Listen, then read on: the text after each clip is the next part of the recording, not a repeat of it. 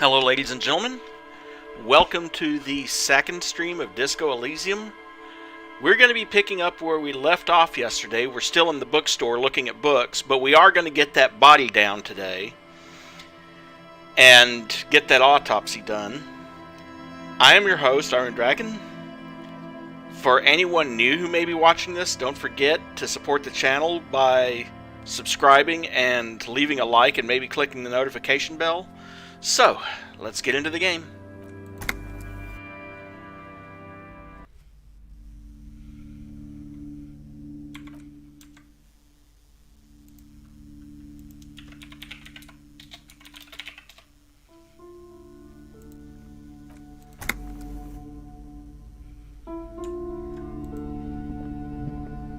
The plaque on the shelf reads, Biographies of Famous People. You see a large variety of names, none of which ring a bell.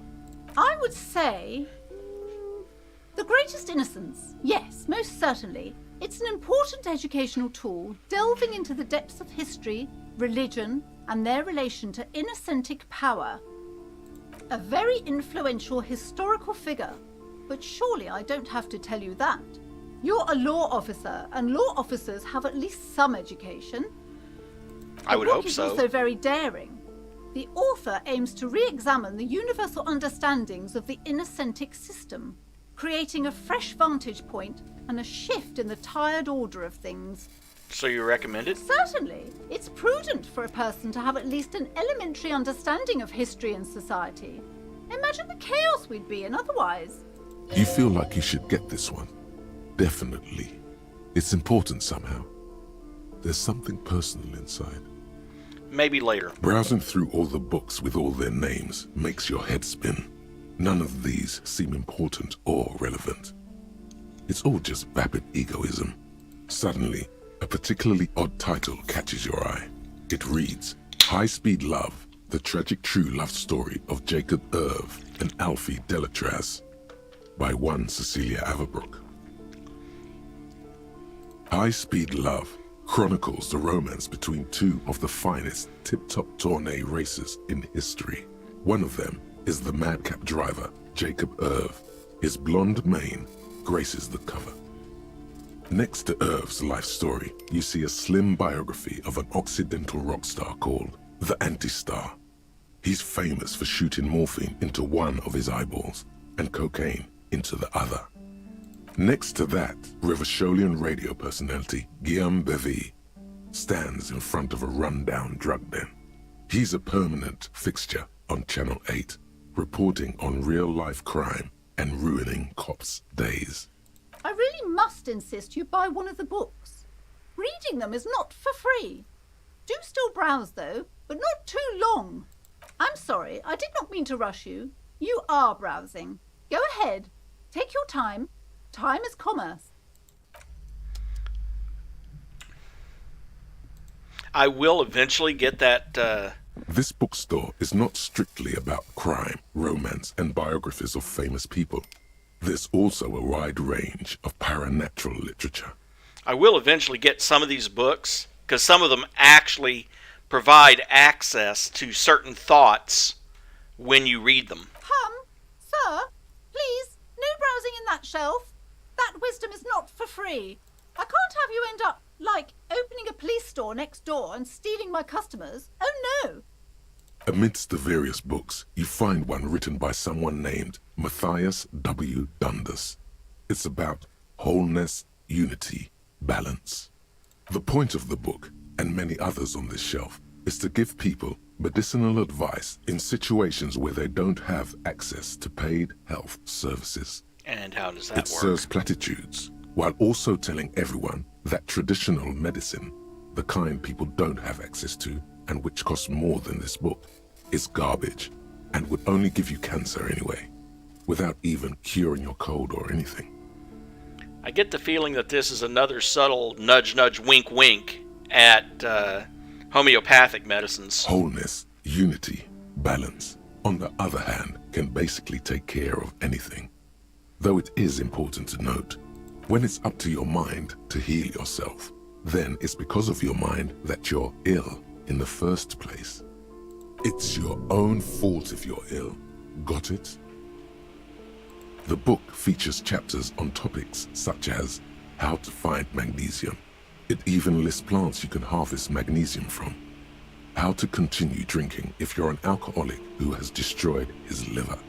And there's even a chapter on the ancient Seraïs tradition of using duck gallbladder preservatives to treat and prevent sexually transmitted diseases. Pre- and post-factum apply. Nothing worth buying. Hello, Di. Also, speaking of the sexually transmitted diseases, in the United States Virgin Islands, the occurrence of STDs is 1 in 137 people. Maybe the Virgin Islands need to be renamed. Just saying.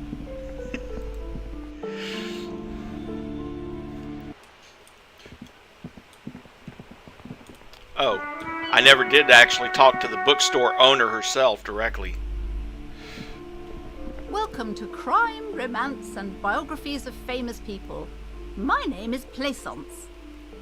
The clerk extends a greeting. Be welcome, and please take responsibility for the energy you bring into this space. Before we go on, you seem to be well off enough. Can you give me some money? I feel there won't be an opportune moment to ask later. Sir, don't be ridiculous. I certainly will not give you money. I would be doing you a grave psychic disfavour. One has to earn one's success, even if one is a police officer. Handouts are nothing but manipulation. All they do is make you dependent. Son, you got destroyed there. What an idiot you are. I am the proudest owner of our little shop of culture. Her voice is high-pitched as if to give it more penetration. Your daughter is the one staying outside the store, Annette, right? Yes, my daughter. I hope she wasn't slacking off again with her nose in science fiction. Tell me, was she at her post doing her job like a proper girl? Yes, of Wonderful. course. Did you talk to her? Yes. Great. On a scale of 1 to 10, how compelled were you to buy books after talking with her? 10. She's certainly very polite and My helpful. precious, her dedication brings joy to my heart. If you have children, I hope they turn out as great as my Annette. All this pressure has made her really anxious. You know she's been chewing her nails? God. I've told her not to do that. It's such a disgusting habit. She'll get over it. Anxiety is a part of life. I don't think she can do anything about She it. can, if she has enough willpower. This is what's called growing pains. Life isn't easy. Life doesn't give breaks. Come on, ma'am. It's obvious she can't do anything about it. You are placing an unnecessary burden on a young child. Yeah, actually it's super alright for kids to chew their hands off. Forget I said anything. But why do I get the feeling that if I said that, she'd miss the sarcasm? She stands stiff and severe, silently fuming. 10 or so seconds pass without change. Oh no. Hold on. I need to invite her inside and apologise. She must be freezing out there. There. I don't know what to say to you. My husband, he tries to teach me business lessons. I have what my mother called a dull mind. All this stress.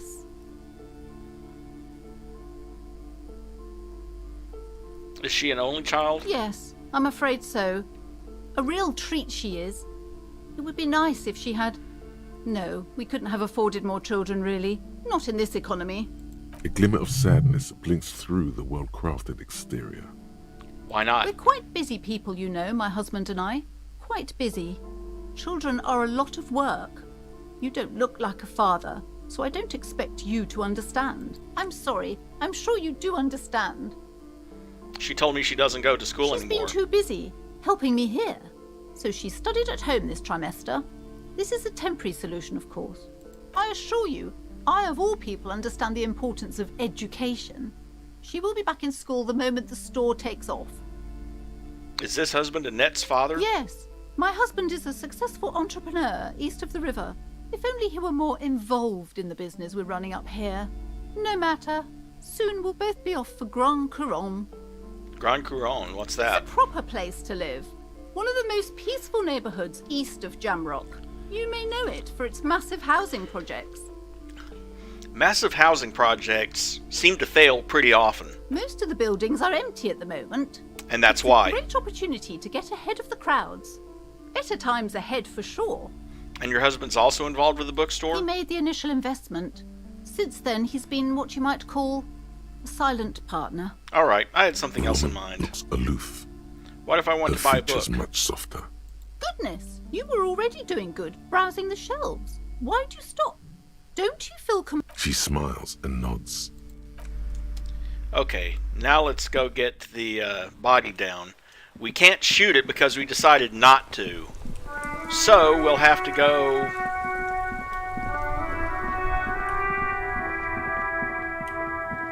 all the way around here. Past that guy. Past these guys.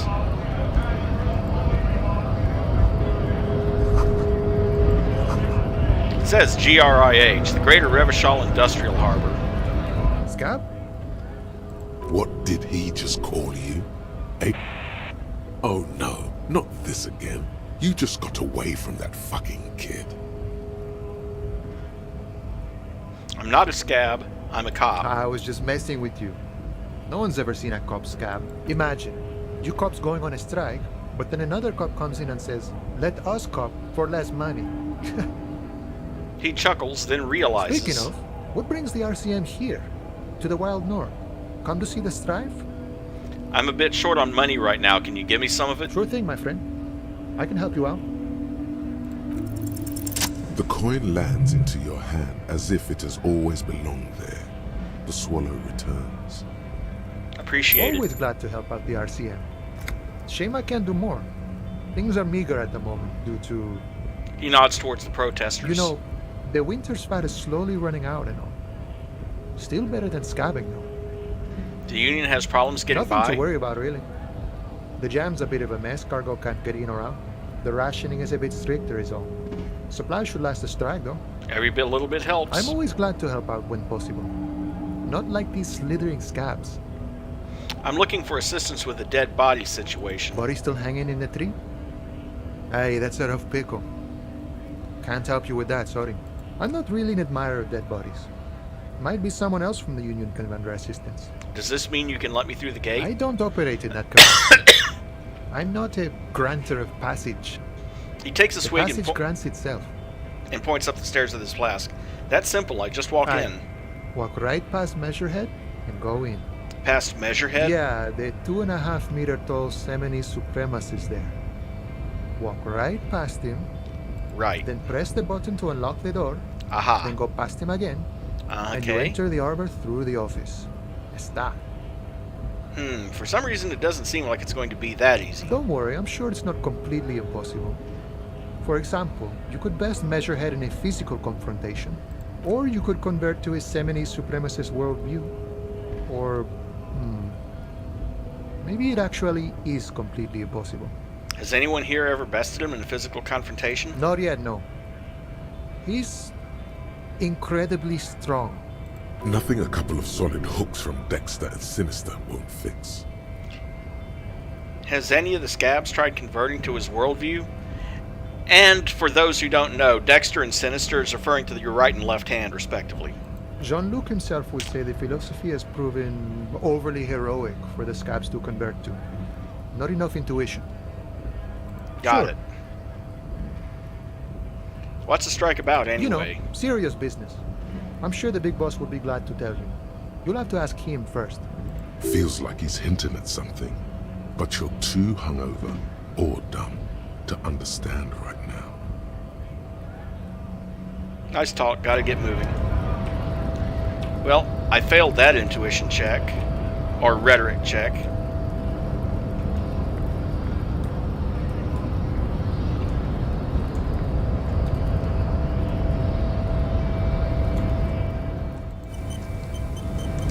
Well, considering his intelligence is a 1 on a scale of 1 to 5, yeah, probably dumb.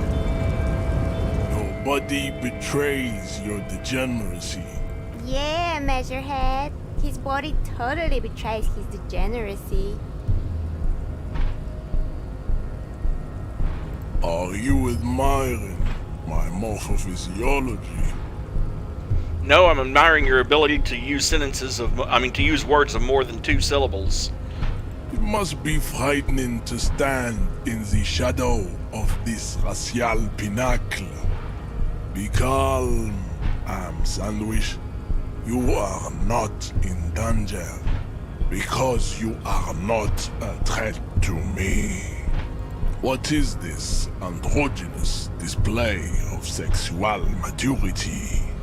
He looks down at you, taking stock of your You physique. hear your heart pumping, fast and irregular. Your joints ache and you feel old, but still alive, somehow. Stop it! You are embarrassing yourself in front of this woman and your pedomorphic friend. This display of weakness may appeal to older women with a stronger maternal instinct, but it is a liability here on Battlefield Martinez. Jean-Luc, his body is betraying his degeneracy pretty hard. Maybe you can ask him to leave. You have succumbed to Al Ghul. His face contorts in disgust, as if he were smelling a dead rat. You reek of it. An invisible sword of Al Ghul emerges from your throat. You cannot see it, but others can. It is making the woman in my company sick. You're right, I'm an alcoholic, and I need that dead body to no longer be in the tree. No, you don't. You need to get another drink. Occidental Haplogroup B4 is done giving orders around here. The influence of the Am Sandwich race is waning. I am the police, and I need you to comply. Now. Jerking motions. Signs of a late-stage neurodegenerative disorder. How far the Occidental Haplogroup has fallen. You were once a noble and powerful race. You gave the world eugenics, electricity, and powerful weapons of war like missiles and aerostatic aircraft. You made great gains in metallurgy, race theory, and statecraft. You can tell he has no indoor voice. He speaks in all caps. You dominated lesser cultures, like the deformed Hemians and the inexplicably potato-obsessed Khoikos. But now your ascent to the genetic summit has halted. You are obsessed with sadness and with frivolous pop culture. You will be superseded. Isn't that right, babe? It is, baby, yeah. You know it. There is a button right behind him, just out of reach. It must be the one that opens the door to the harbor. It was your people who put that dead body up there. Your people should help me get it down. Enough with this begging. You should leave the stage of history with dignity by inviting the other races to a great world war. Bring your troops to the Seminine Islands and to Boogie Street, and we will pulverize you.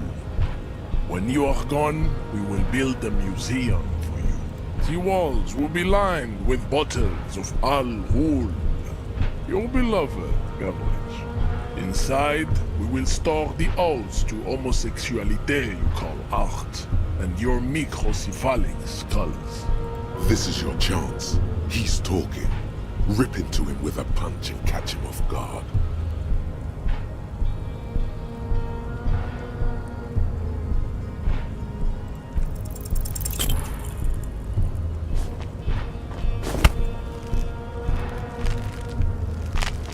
How did this happen? Your little fist is in his giant... You must be out of your mind, degenerate drunk.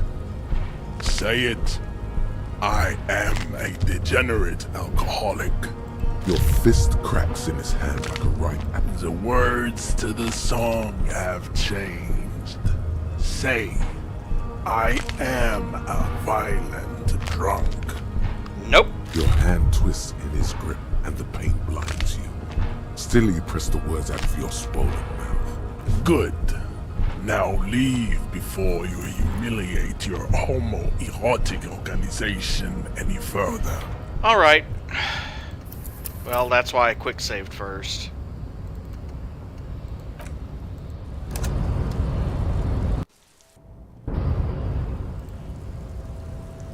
Your body betrayed. Yeah, Measurehead? That is precise. You reek of it. No, you don't. Jerking motions. Signs of you gave. You don't. You will be. It is, babe. There is a button right behind him.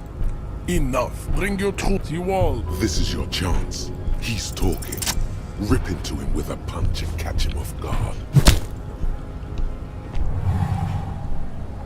Just like that, instinct took over. A solid strike straight into his throat, into the cartilage. You could swear you felt the soft palate break. The man is reeling, gasping for air. Time stands still around you. In the distance, the sounds of the harbor are falling silent. All you hear is a small gurgling sound as a trickle of blood appears on the man's lip. He's open. Rip into him. Right hook. Escalate it. Get intimate with him. Bring the hurt closer.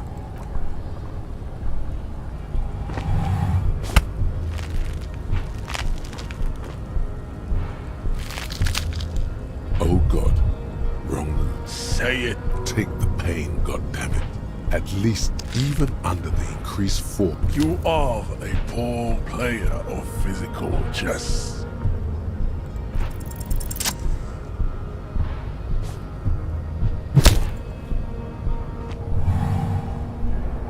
Just like that, instinct took over. The man is all you hear is a small...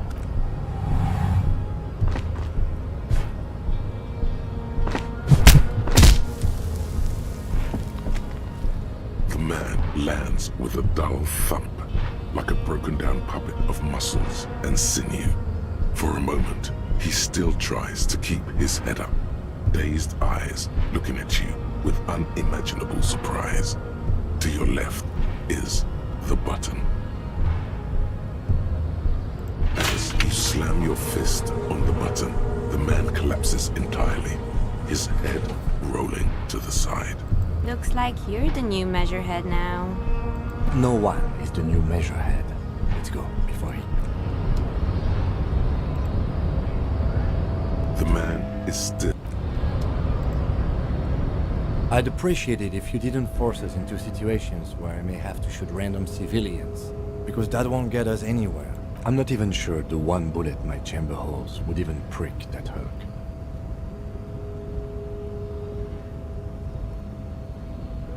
We're not here on some political quest. We are here to solve a crime. Don't make the situation any more volatile than it already is. And you're just going to let him manipulate you like that? But I was fighting bad, unsavory ideologies. I'm a hero. We're not here on some political quest. Blah, We're blah, here blah. to solve a crime. How else are we going to get through the There must gates? be some other way. Let's go see the yard again. It faces the other end of the harbor. We're done with Measurehead here. Can't promise that. The lieutenant.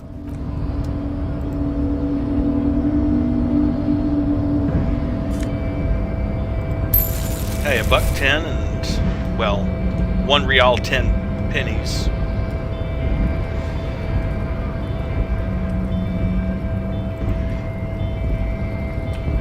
Which reminds me, how close are we on? Oh, 19% into the 15th into tribe.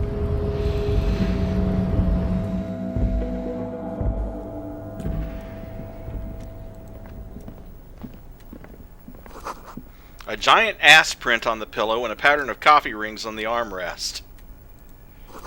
The radio emits strange buzzing sounds. Oh, yeah, that's the way out. Book, La Fumée, Volume 1, Number 4. Go ahead and take it. This is a Dewey typewriter. The model name is on the back. Every worker equals member of the board is written at the top of the flyers.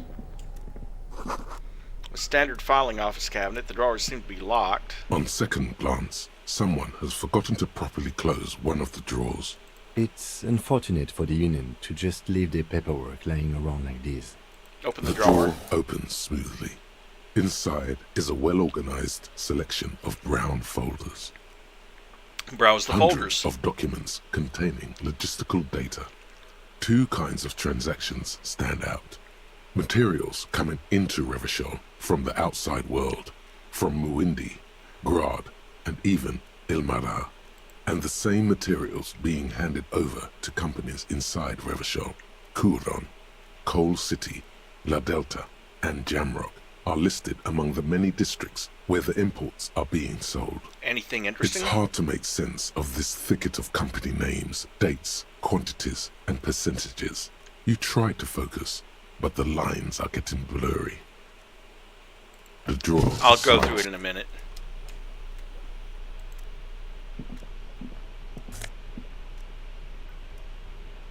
The Jardin 21, take that because I can sell it at the pawn shop.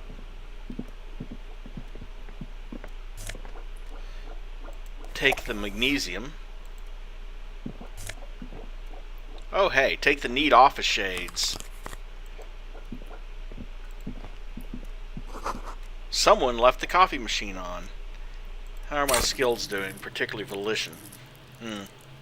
Not great, but I have 2 skill points. So, quick save. Delete some of these old files. This is another one of those games that does a lot of autosaves, like Alice did.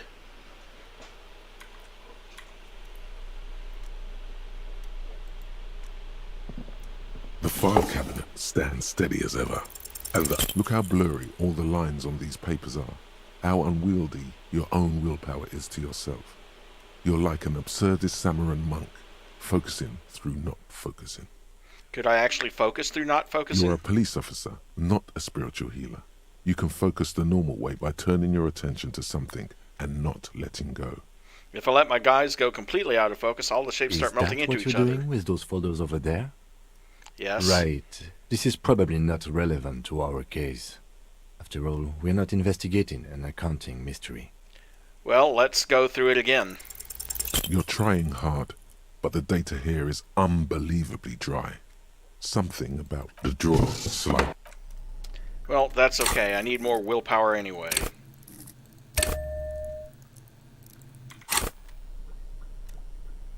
The file cabinet stands steady as ever, and whatever's hidden here is hidden well. Concentration isn't enough. Only a trained accountant with a background in logistics would be able to really make sense of it. However, there is a little handwritten note stuck on the side of the drawer. Look at the It note. appears to be a to-do list written in large, uneven capital letters. Remember, Leo, Everard's shoes, special whirling borscht, water Everard's plants, sweep office floor, more banners. All items on the list have been crossed out, and the note itself is crumpled. Look, Kim, a to-do note with a list of errands for Everard. Everard Clare, probably. The head of the Debarders Union. One of his aides must have left it. Nothing incriminating here. What is so special about this borscht? Code for drugs? Booze? Blood? Take another look at Remember, the Leo, note. Everard's shoes. All items on the list. The drawer slides. It was worth it for the 5 XP at least. An imposing combination of a punch clock and a payphone is looking down at you from the wall. A note on the side says, "Tokens unavailable due to strike. Use change." The machine swallows your coin and seems to be waiting for your next move. Your fingers run over the dial pad. 005. That's the dialing code for Revachol. 4952. And a moment of hesitation before entering the final numbers. 993. Calling. Calling. Still calling. Then, Video Revachol, 24-hour video rental. We rent 8 and 10mm film for home use. This is Lammy. How may I help you? the voice of a youngster on the other end sounds as enthusiastic as that of a man walking towards the gallows. What is this place? Video Revachol is a 24-hour video rental. We rent 8 and 10mm film for home use. This is Lammy. No, I mean, what is this place to me? Sir, I don't know. It's a video rental. Maybe you rent videos here. Do you know me? No. Why did I call Maybe you called to extend your rental period? Do you need to extend your rental period? Maybe, but I don't even know my If name. you need any further assistance, you can visit us on the corner of Voyager and Main. I can't help you over the phone. Are we done? On the corner of Voyager and Main, a large neon sign hangs on the side of a building. Video Revachol, 24 hours. It's raining and there is almost no traffic on the street. A woman's footprints in the mud lead away from the front door. Tiny heels tiptoeing down the road. Beautiful steps, light-footed with a lifetime ahead of them. You look up and the air seems to grow darker. The call is terminated by the other party. You're left with the discomforting sound of the disconnect tone. Hey, 5 more experience points.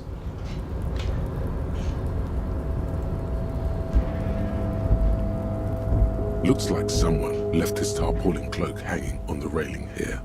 There is a white rectangle clearly visible on its back. Look, Lieutenant, someone left their cloak behind. Yes, it was probably you.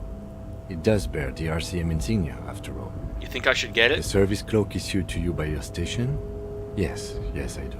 Grab the cloak. As your fingers touch the tarpaulin, it almost feels like the cloak wants to deliver a message of comfort through your fingertips.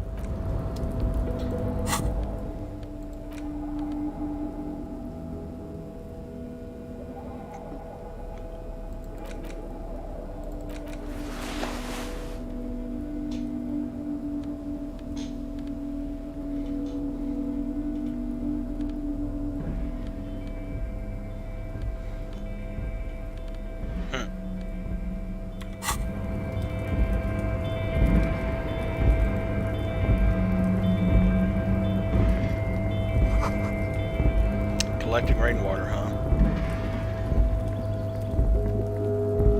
Oh, hey.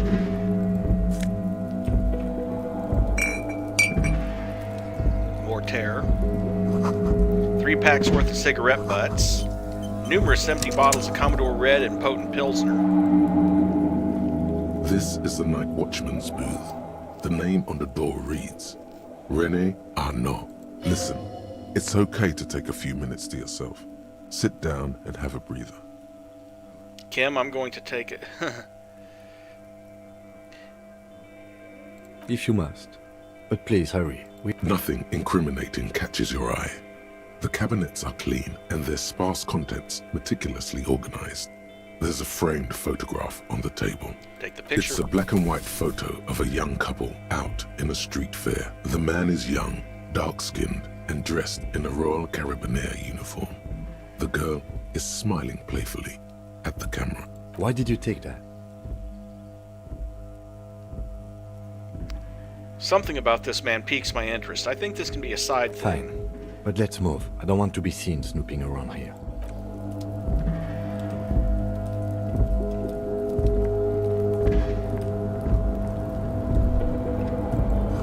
All around you, great machines in quiescence. Come on.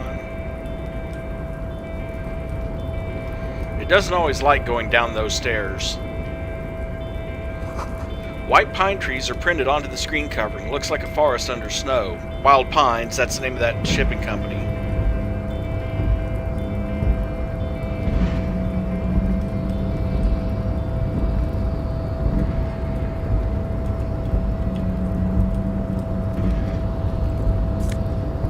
Take the 82 cents. You see faded industrial lettering on the platform. Gewalsend.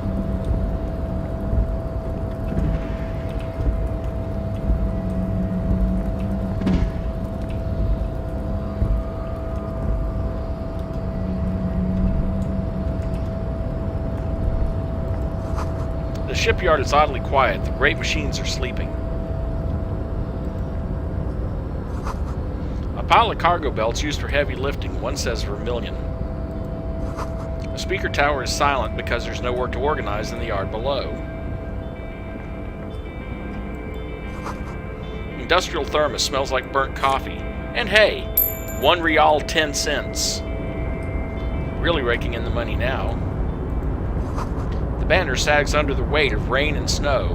White waves on red. Containment Container, container, I'll turn you nice and red. Container, container, put the logos on. The accent is so thick, it's impossible not to notice he's Ubi, from the vanishing peninsula of Ubisund on Muindi.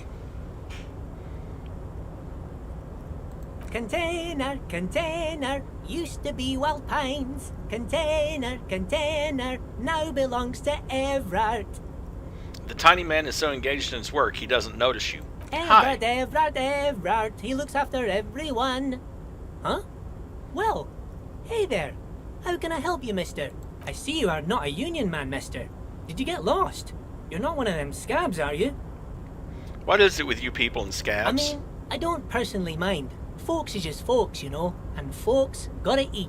He doesn't seem to be waiting for you to answer. Just some of the other guys don't look too kindly on the scabbing kind, if you know what I mean, mister. You're Ubi, right? Oh, yes. Born and raised in Irish, mister. Mum had to leave my dad after he got a bit violent. Took us here to the new world. I was about 10 then. Too old to lose my accent then. People say us Ubis are up to all sorts of trouble with sheep and other animals and whatnot. I just want you to know there was never any of that where I come from. No, sir. Those are just nasty rumors. Dirty deeds and they're done with sheep? Bah! Thank you for clarifying that, sir. What are you doing with the containers? Oh, I'm just making some covers for them containers here. Yes, I am. Yes, I am. So it's easier for the crane operators to spot them. He waves at the containers towering behind him. Well, considering that my odd of that is like... slim.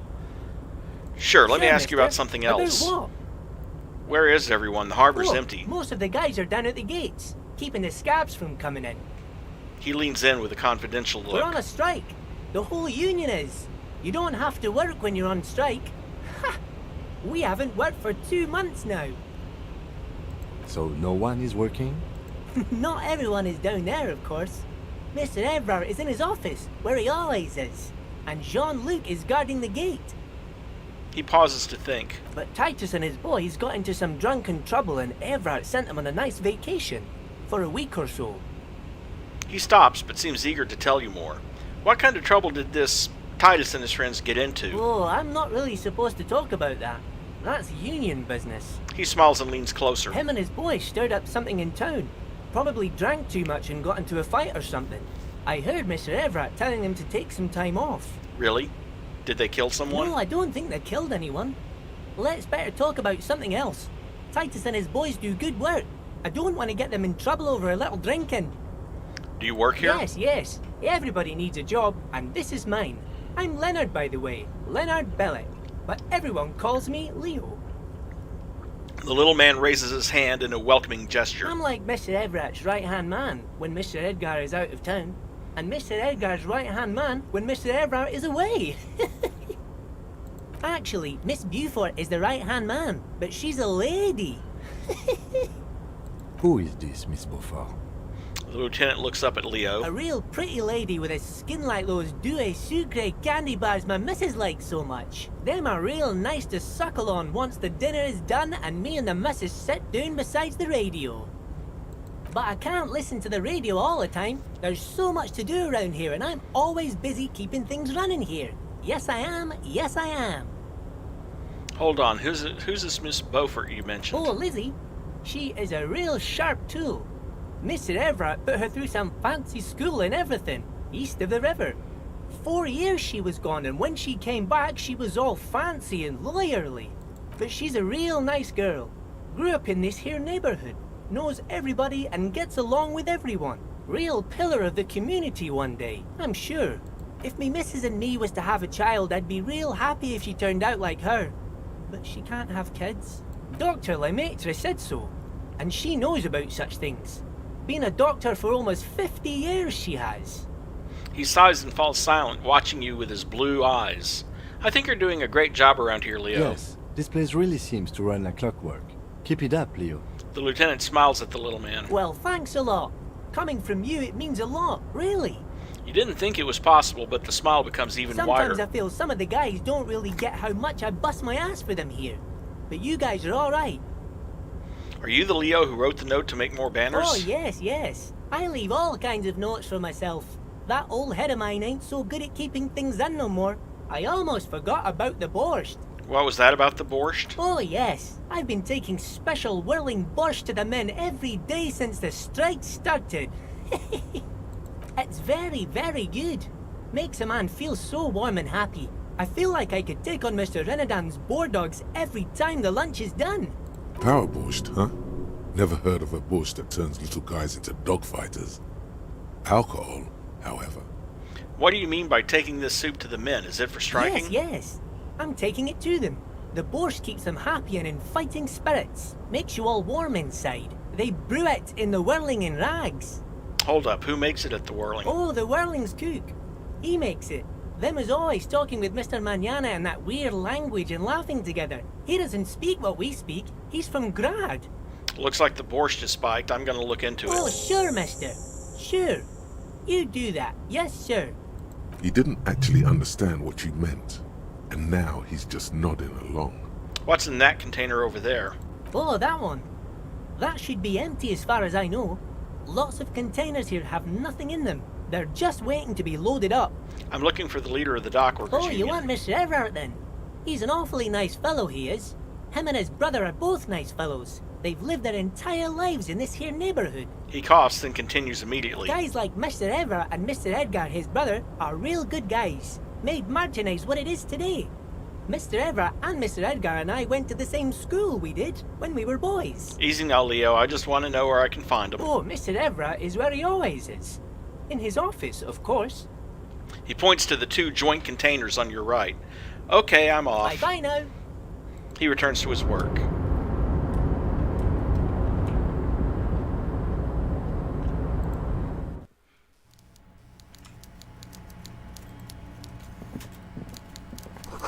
The coffee in the thermoses is still lukewarm. A stair made of pallets leading up.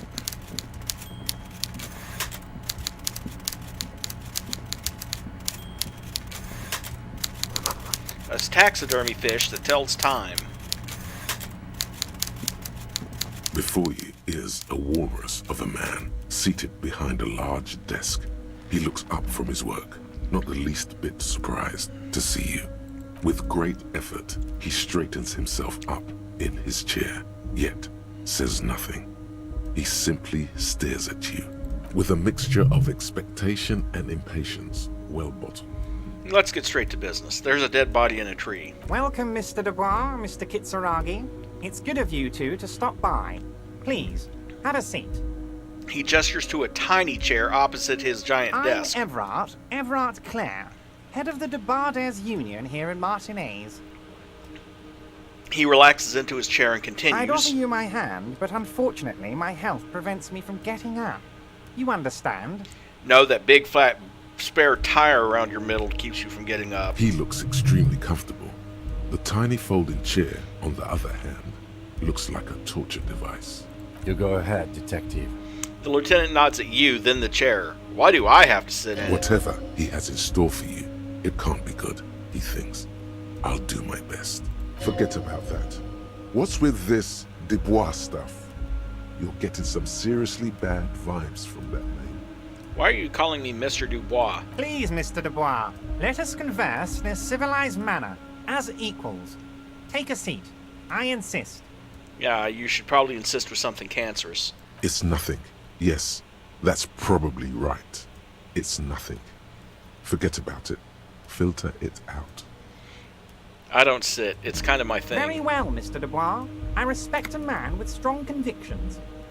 As he nods, his multiple chins move like ocean waves. I, too, have convictions. One of which is that I will not engage with any man who won't face me at eye level. Should you find yourself more amenable in the future, I'd gladly resume our conversation. But until then, I'm afraid I must ask you to leave. He turns back to his typewriter. You're no Titan affiliation, buddy. He's got you in a fork. Sit down or leave.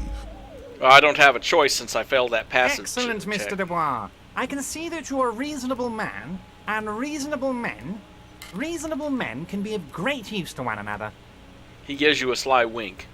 Remain So serious. tell me, how can the head of the Debarders Union help a representative of the Revachol Citizens Militia today? The chair you're sitting on has got to be the most uncomfortable chair in the world. It's violating your backside. Oh, by the way, I heard you got a rather rude reception from a certain Lawrence Gart. Some people have no manners, it pains me to say. This should take care of that nonsense. He points to a giant novelty check on his desk. It's absolutely comically huge. And yes, it could if you didn't have any... If it took your health down to 0, and you didn't have any of that, whatever it is, in your inventory, it could kill you. It should be sufficient to cover your expenses for a few days and patch over your differences with a cafeteria manager. Go ahead, take it. Wow, that's 25 real. That's good money. You need it. Wait, you know Gart? Yes, I know Lawrence. He's a real character. No union man in him. A real piece of work, that boy is. Thank you, Everard. Don't mention it. But also, don't forget it. I'm just kidding, of course. Now, I'd like to set your mind at ease about one other matter. Your lost gun. Let me assure you, Union people are on it as we speak. I've got my best hounds looking for that lost gun. His slug-like lips move, but all you hear is an echo. Lost gun, lost gun, lost gun. The world is swallowed by a black hole of fear. Only 2 words escape its gravitational pull.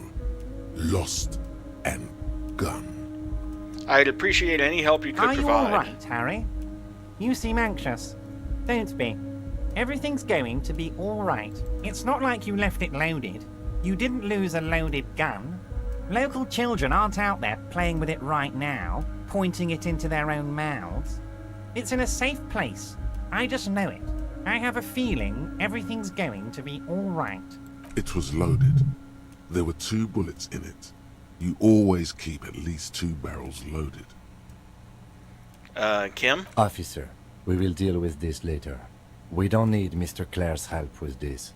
I wouldn't be so sure about that. Well... God, you're sweating. Your knee is jerking. You're about to cry, aren't you? You're about to cry because you lost your gun, and those children are gonna shoot themselves with it. Mr. Dubois, you don't look so good. What is this, Mr. Dubois? He keeps repeating. What is he trying to pull here? You need to cool the fuck down. Chill. Mr. Dubois! Mr. Dubois! Harry! The large man snaps his fingers, but to no effect. You're in some stupor.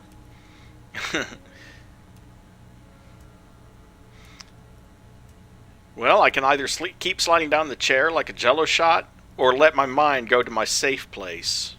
Mr. Dubois, are you okay? Can I get you a glass of water or something? Are you having some kind of medical emergency? Maybe you could use your hands somehow, in a kind of throw-in motion, like you're throwing that Mr. Dubois act right back at him. He's Mr. Dubois.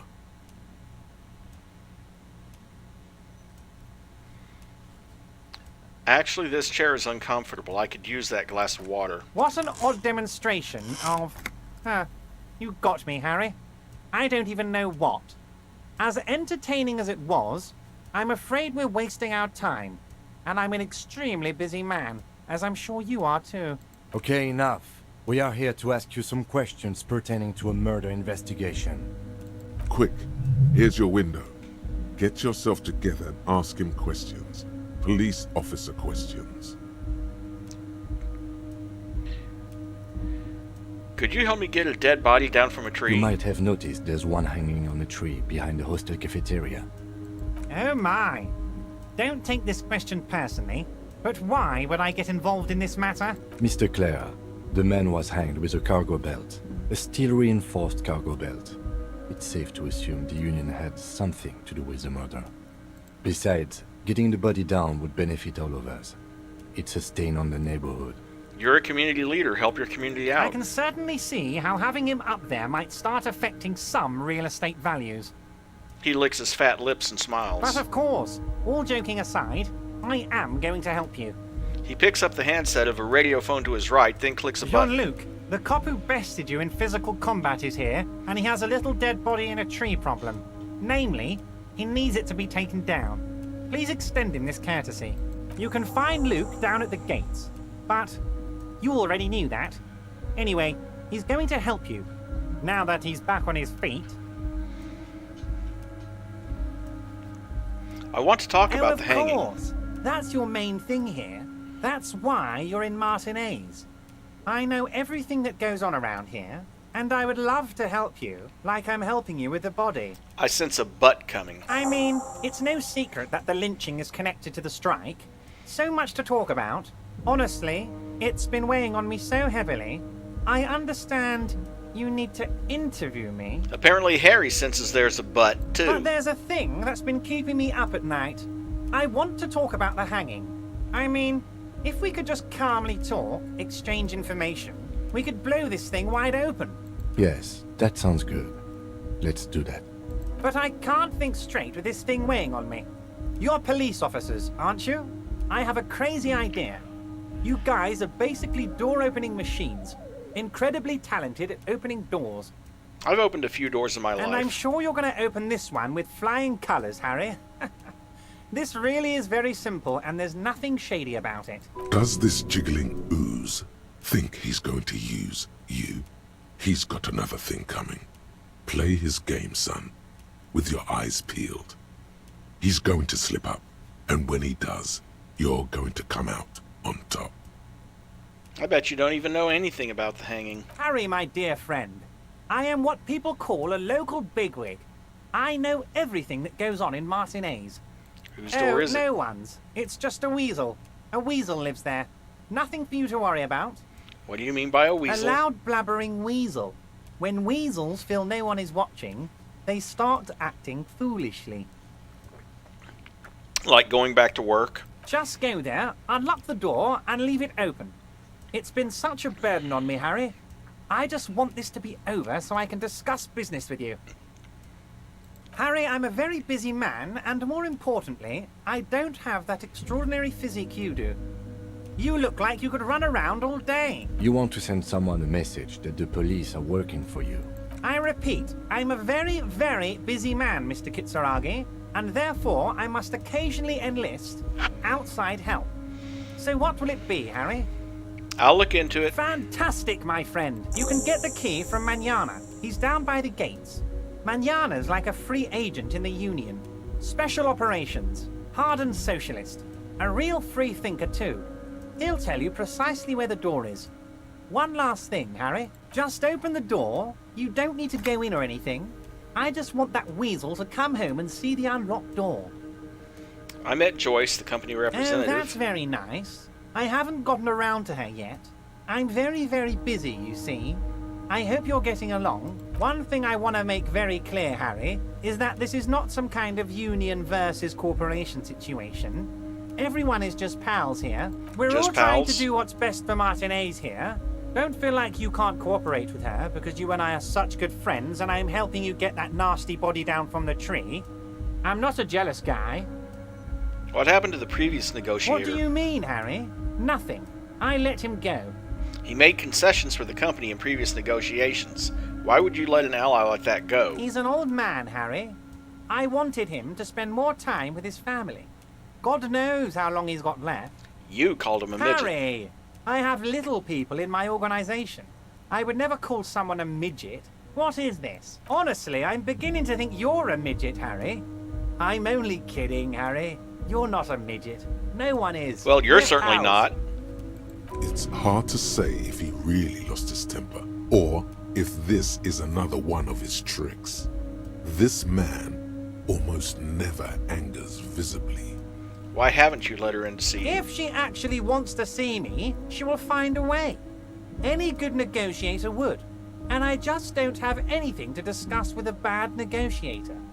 Joyce said the previous union leader vanished under suspicious circumstances. Vanished? Harry, the woman left her casserole in the oven and couldn't make it here in time for the voting. Oh, did I leave my casserole on? Better go home and check. The election can wait. when she got back, the whole thing was over. Okay, let's talk about something else. Of course, Harry. Let me just assure you one more time. It's perfectly okay to share anything we discuss here with this Joyce. This is a completely transparent organization. I have no interest in what she is doing, but I myself have nothing to hide. Your business is your business, and I respect your privacy. Just remember, none of this is secret. Tell her about all of it. My brother's picture, my singing swordfish clock. Tell her how overweight I am and how I'm helping you find your lost gun. Tell her about everything. Everett doesn't mind. This is weird. Not nice weird, but okay. You called me Mr. Dubois. Why? Of course. Let us dispatch with the formalities. You call me Everett, I call you Harry. That's what the hanged corpse called you. Harry. So that's really my name? My God, so it's true. I didn't want to believe it, but you are a fantastic science fiction amnesiac cop, aren't you? What are the odds of that? I think the odds of that are very low. It's true. My memory is a bit hazy. I assure you, there's nothing to be ashamed of, Harry. You're among friends, and the good news is... He taps on the folder in front of him. I have a big fat folder on you, Harry. I'm sure you have a lot of questions to ask. Maybe I can help you out. Don't trust him. For all you know, Dubois might be his name. You need to confirm this. I'm sure you had some concerns you thought I might be able to address. And you were probably right. I can. It's just a brown folder. You can't make out what's written on it. Are you trying to tell me you've gotten hold of some of our documents? The lieutenant inspects Everard over his spectacles. Mr. Kitsuragi, would you mind? Me and Harry are talking about his lost identity right now. Let's get this straight. What is my full It's name? Harry. Harry Dubois. Okay, I like it. I can work with And that. I can work with you, Harry. Now, what else can I do for you? Do you know where I But live? of course, Harry. Your precinct is the 41st and you live in Jamrock. You're a Jamrock boy. A long way from home, but that's okay. Do you know anything about my family? Family? Harry, you're not a family man. There's not one peep of family in here. Unless you think you're a family man. Do you strike yourself as a family man, Harry? Never mind the Family, family. Harry, is the most important thing in the world. What kind of a cop does it say I Harry, am? You're not simply a cop, you're a star. A bright shining star in the drab law enforcement sky, outshining all other stars. You're a superstar. That's what I like about you, Everard. Of You course get I me. do, Harry. And I'm gonna help you shine. I'm gonna put you on all the big stages. Your name in giant neon letters. Harry Dubois. He's probably just making a guess based on your recent activity in Martinaise. Where did you get that folder? This? My friends in your organization gave it to me, Harry. I find that very suspicious. May I have a look? I'm afraid this is meant for Union eyes only, Mr. Kitsuragi. I'm sure you understand. Please continue, Harry. Have another look at that folder. As you look at the folder, Everard covers it with his hand and pets it. He's hiding it from you because it's not a real RCM folder. It's just another one of those brown folders you saw in the file cabinet. That's not an RCM folder. Okay, Harry, you got me. This is from the Census Bureau, not the RCM. Those Census Bureau people are absolutely corrupt. You should do something about them. He got the name from the Census Bureau, and everything else from your actions here in Martinaise. Yes, Mr. Kitsuragi from the Census Bureau. Like I said, now I'm actually a very busy man. So is there anything else I can do for you, Harry? A pity.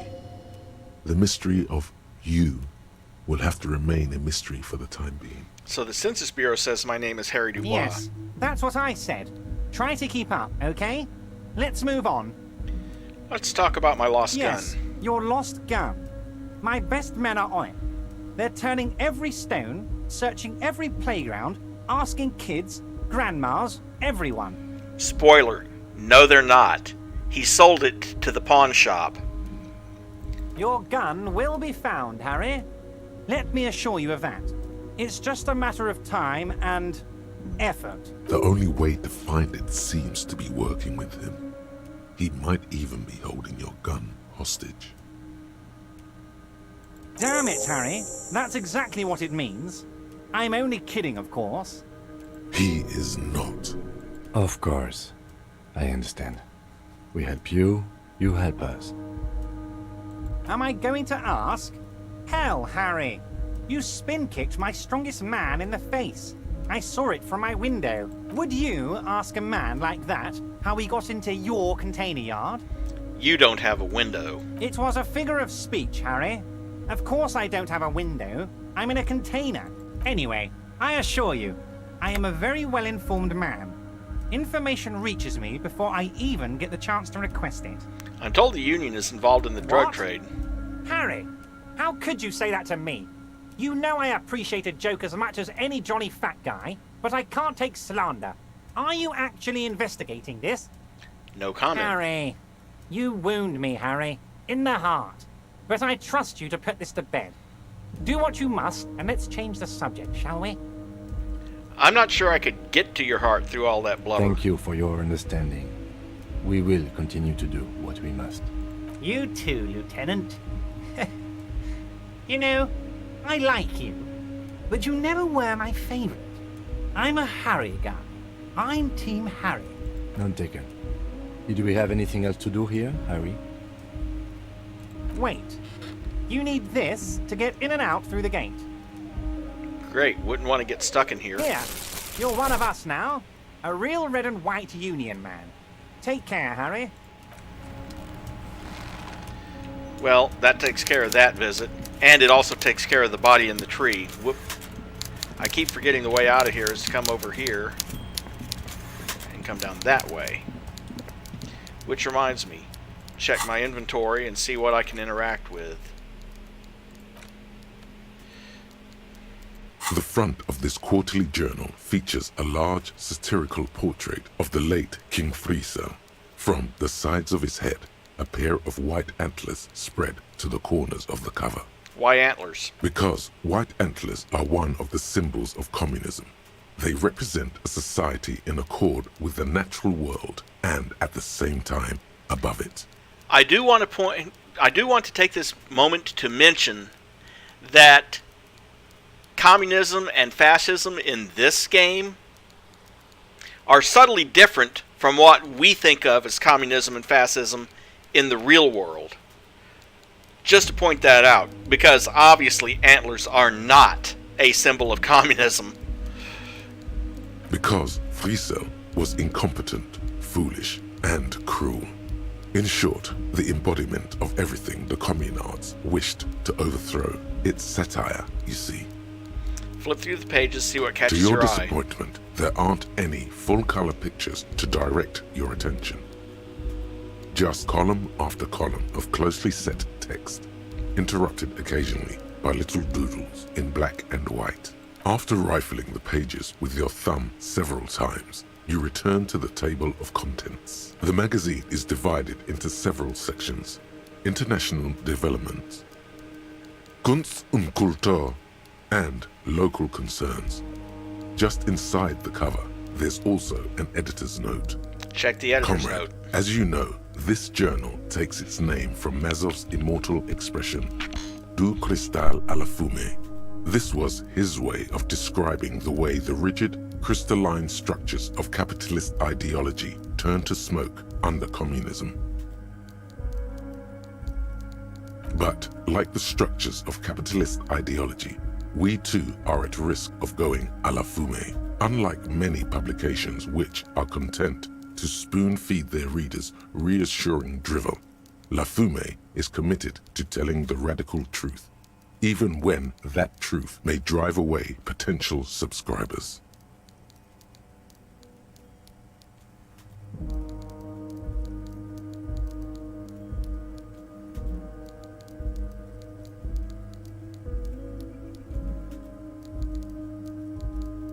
So please, if you value our radical Mazovian perspective on contemporary politics, culture, and international affairs, please consider subscribing today.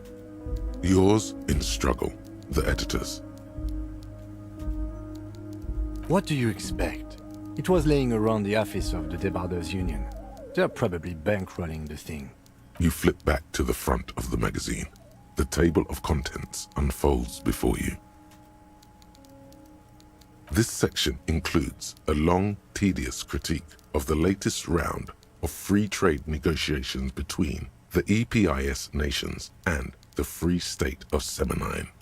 You also skip over an article about heavy fuel oil smuggling along the Messina border, something about bear wrestling in Samara, book riots in Yugograd. Whoa. Bear wrestling. Flip back to that. It seems to be part of a new public fitness initiative in the People's Republic of Samara, SRV, devised and promoted by none other than President Kanajinsky himself. According to this extremely credulous account, Uncle Sport, as he's affectionately known to his people, has recently decreed bear wrestling the national sport of the SRV.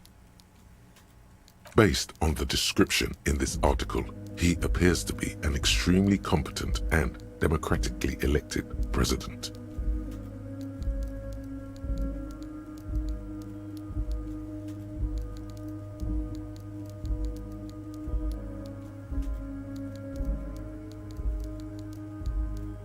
It's quite straightforward.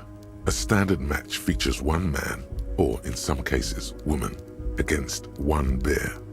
2 competitors, 1 ring, 5 rounds, or until incapacitation. According to the SRV's Ministry of Information, the program has been a tremendous success. Public support stands at 87%, and youth obesity and alcoholism rates are down 12% and 7% respectively. That's very much the idea. President Kaczynski has long maintained that a strong body is the best defense against capitalist aggression.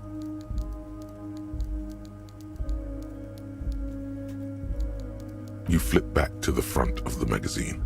The table of contents unfolds before you.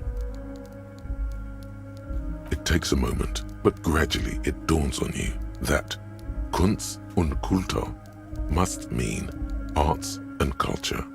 As you leaf through this section, you come across several reviews of recent radio plays, as well as a brief artist spotlight featuring a local artist identified only as CS. The main feature, though, is a long essay titled Tip Top Tournée, a critical Mazovian perspective.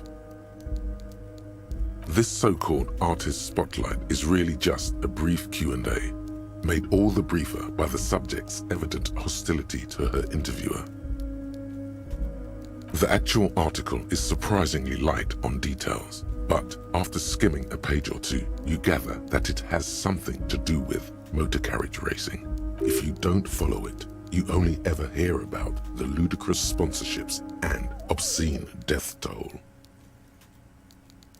You think you're settling in for a relaxing recap of the most recent season, maybe sprinkled with some nice anecdotes about a few of the more colorful drivers. Instead, you find yourself skimming a 10,000-word feature about all the politically problematic aspects of Tip Top Tournée. Where to even start? For one, there's the crass commercialism of its sponsorships, and then there's the practically criminal emphasis on deadly motor crashes. Under capitalism, the article says, every pursuit has its price. Every pleasure, even one as elemental as the joy of racing others around a track, is reduced to an advertising opportunity. Thus, the so-called tournée becomes a competition between increasingly meaningless brand signifiers. Your discount laundry detergent racing against a pack of Astra cigarettes, or even a fritter. And that precisely is what's problematic about it. Were it not for the promise of random, spectacular violence, audiences would quickly lose interest. At the end of the day, it's the destruction of these 750,000 real races that you're really watching for. Sure, you think that, but subconsciously, it's the visions of brand names being engulfed in flames that you crave. This flimsy magazine is right. Deep down, you know the only true stakes are life and glory, or death by fiery dismemberment. That's because you haven't been reading critically. But don't worry. The whole point of these sorts of articles is to let someone else read critically for you. Ah, come on. Can this article read your mind? A certain kind of young man reads 1 or 2 books and suddenly thinks he understands the secret structures of reality. If I had to wager, I'd say they've never even seen the inside of a motor, much less a motor race. I take whatever they write with a large grain of salt. You flip back to the front of the magazine. The table of contents unfolds before you. Unsurprisingly, much of this section is taken up with articles declaring unqualified support for the dock workers' strike. You skim the headlines. Paint the harbor red and white. Martinez tames the wild pines. A city in revolt. First we take Martinez, then we take La Delta. Finally, there's a brief article by the writer, G. Martin, accusing the owner of the Capeside apartments of illegally attempting to evict certain communist tenants simply for not having paid their rent.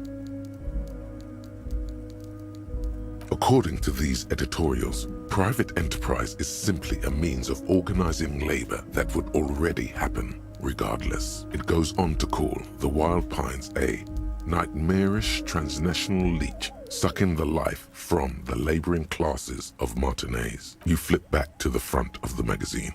The table of contents unfolds before.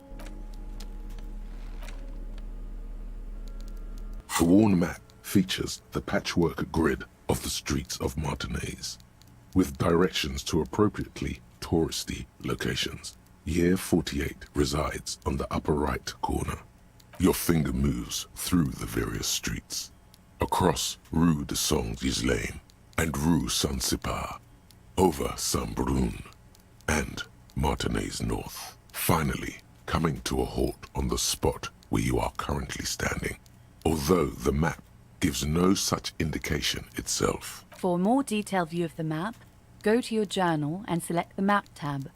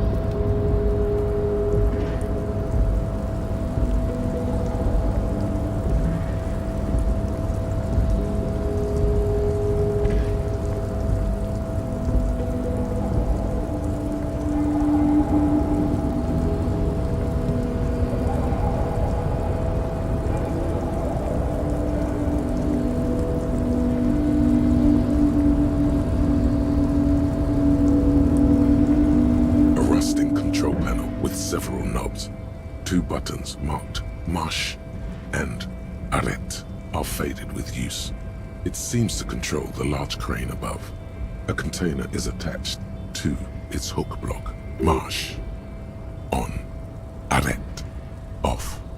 With a loud grind, the crane shifts overhead, moving a massive metal container through the air.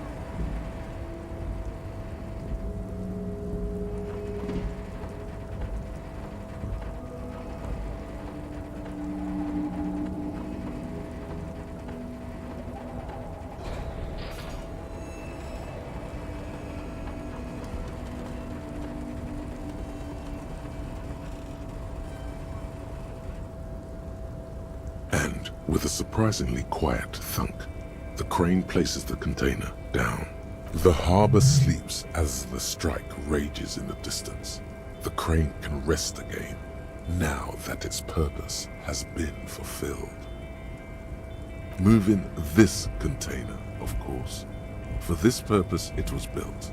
For this purpose it has acted. And now it will rest. I can't see how that was worth the ruckus, except for seeing the crane in action, which I admit was satisfying.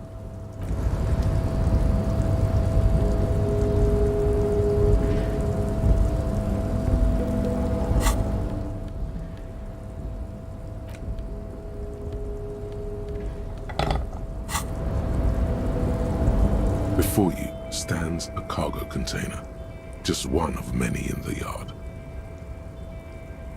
You do? Because I don't. There are 1 million containers here.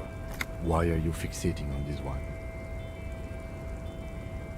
There may very well be, but we are not here to look for that.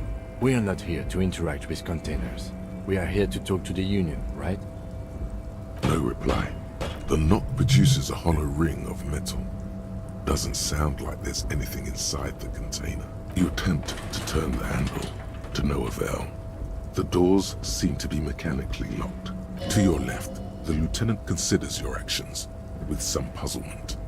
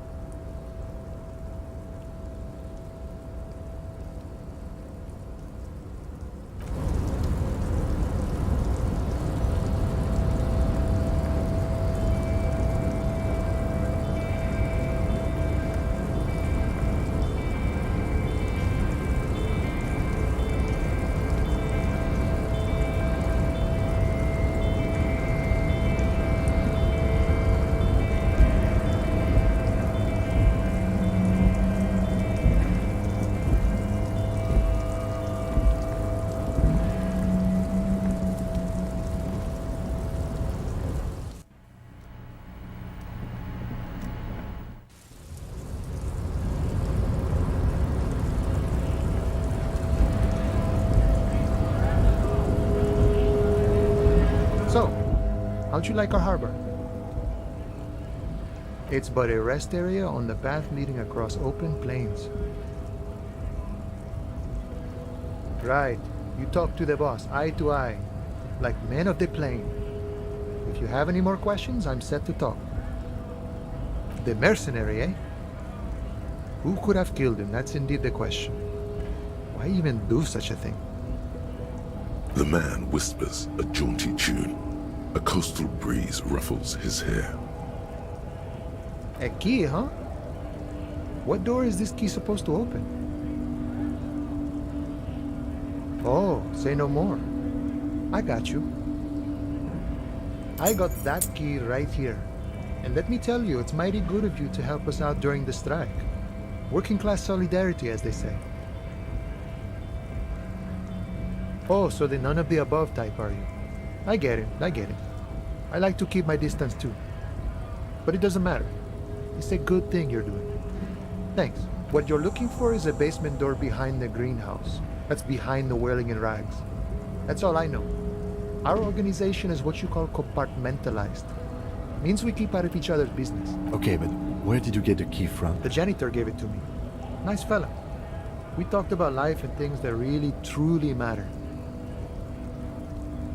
None of this mess we're in. This jiving and juggling. What's it for? To feed our children, I guess. I'm more of a philosophical dock worker. I like to talk about the big picture stuff. Who I am, who you are, what we are fighting for. We're negotiating our share. Aye.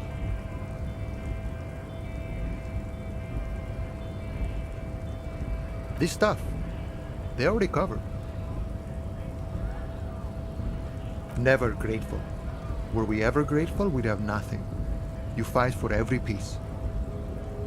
All of it. However, right now we want all the harbor workers to be on the company's board, so they could take part in the decision-making process. I think it's best you make up your own mind now that you've met him. In my eyes, he is a capable organizer and a decent businessman. I guess you kind of get to be the village chief. He oversees the harbor, makes deals with the owners or other relevant parties, watches out for his own. By that, you mean corruption? By heavens, why would he not be corrupt? We live in a harsh and disordered world, see? And in this world, the old man is corrupt for our benefit, and we know it. Appreciate it even. He is, personally, not too lavish. He is reasonably lavish, sure. That's his prerogative. It's not like you want a saintly demeanor on a corrupt motherfucker. That would be a manipulative illusion. Besides, there are no non-corrupt systems in the world anyway, and moralism is the most corrupt of them all. Sure thing.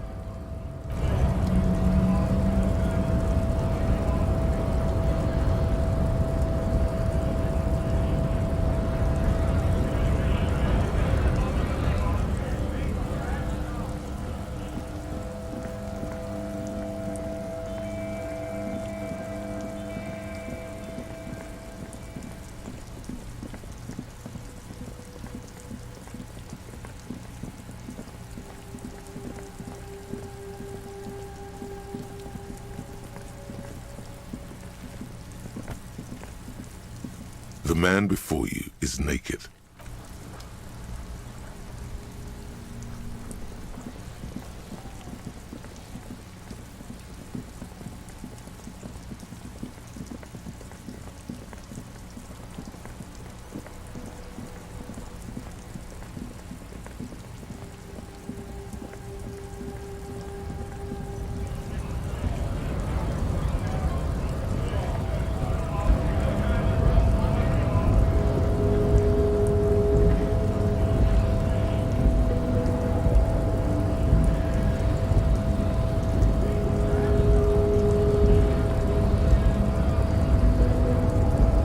Do not presume this has drastically altered our race dynamic. True, I said nothing about our personal dynamic. That has altered a little. So it was. You bested me in race combat to reach my superior, then had him give me an order. I salute your cunning, enemy. I will go and remove the body from the tree with my bare hands. You're so noble, Measurehead. But while I am gone, someone must stand guard on the bridge. That someone needs to be you. Both of you. Babe, see that they stay here the whole time.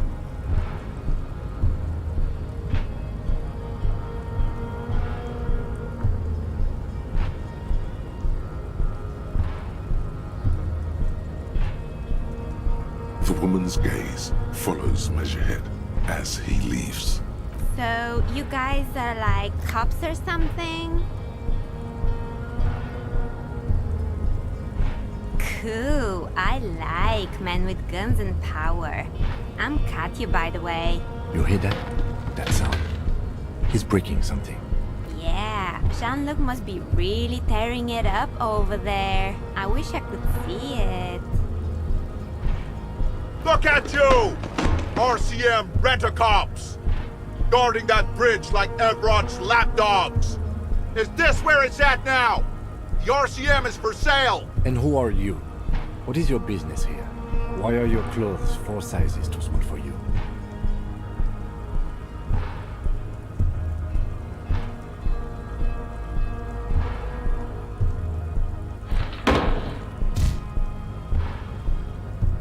A shrill laughter interrupts you, echoing across Martinez. It's Kuno. Then, the man turns to look behind him at the behemoth appearing around the corner, approaching him, walking past him.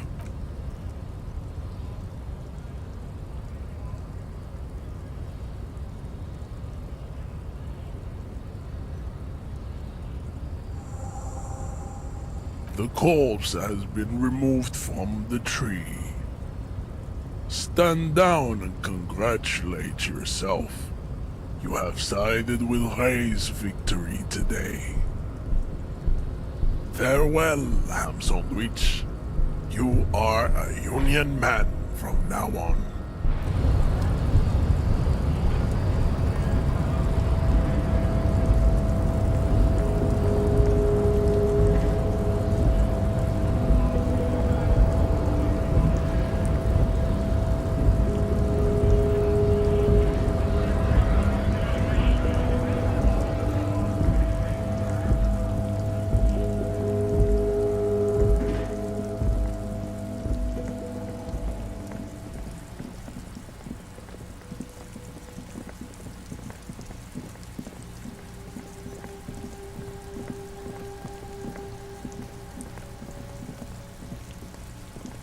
The corpse lies on the ground among the remains of an absolutely demolished pinewood branch.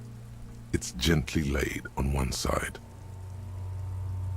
Mr. Measurehead has done a good job. Nothing is too broken or compromised. The victim is ready for a field autopsy. Yes. 1. Investigation of the scene. 2. Initial examination of the victim. 3. Field autopsy. 4. Transportation of the body to the morgue. We are on number 3. The fuck are they on about? Cop's gonna cut his shit up! It's not about cutting. And no, you and I are detectives. The honorary rank of detective signifies our ability to handle the entire incident chain, from autopsy to cleanup to social work. You are. Your station would not have assigned you on this case if you weren't. Now... The lieutenant adjusts his glasses and takes a deep breath. Come on, officer. You know what a field autopsy is. You've done 100 of them. There truly is a time for everything, even for yellow gardening gloves. However, they are lacking hygienically. I suggest you get in there in limited capacity. I'll ask you when I need you to. For the most part, maybe I should handle the contact and you take notes? That's right. The dead man stares in silence as you crack open the ledger. The bright red paper is covered in boxes and lists, describing the condition of his skin and organs in 3 parts. Above those, an 11-field info form needs filling out first. It begins with,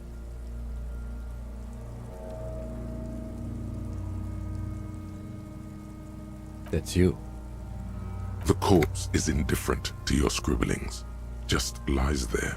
The next box says, KK57-0803.0815. Next. NA. Next. NA. Roughly 50. The corpse looks ageless, like meat on a hook. Mondial. The pudgy mess of curdled meat looks neither mondial nor anything other. Fucky, fucky! Male. Pigs can have sex!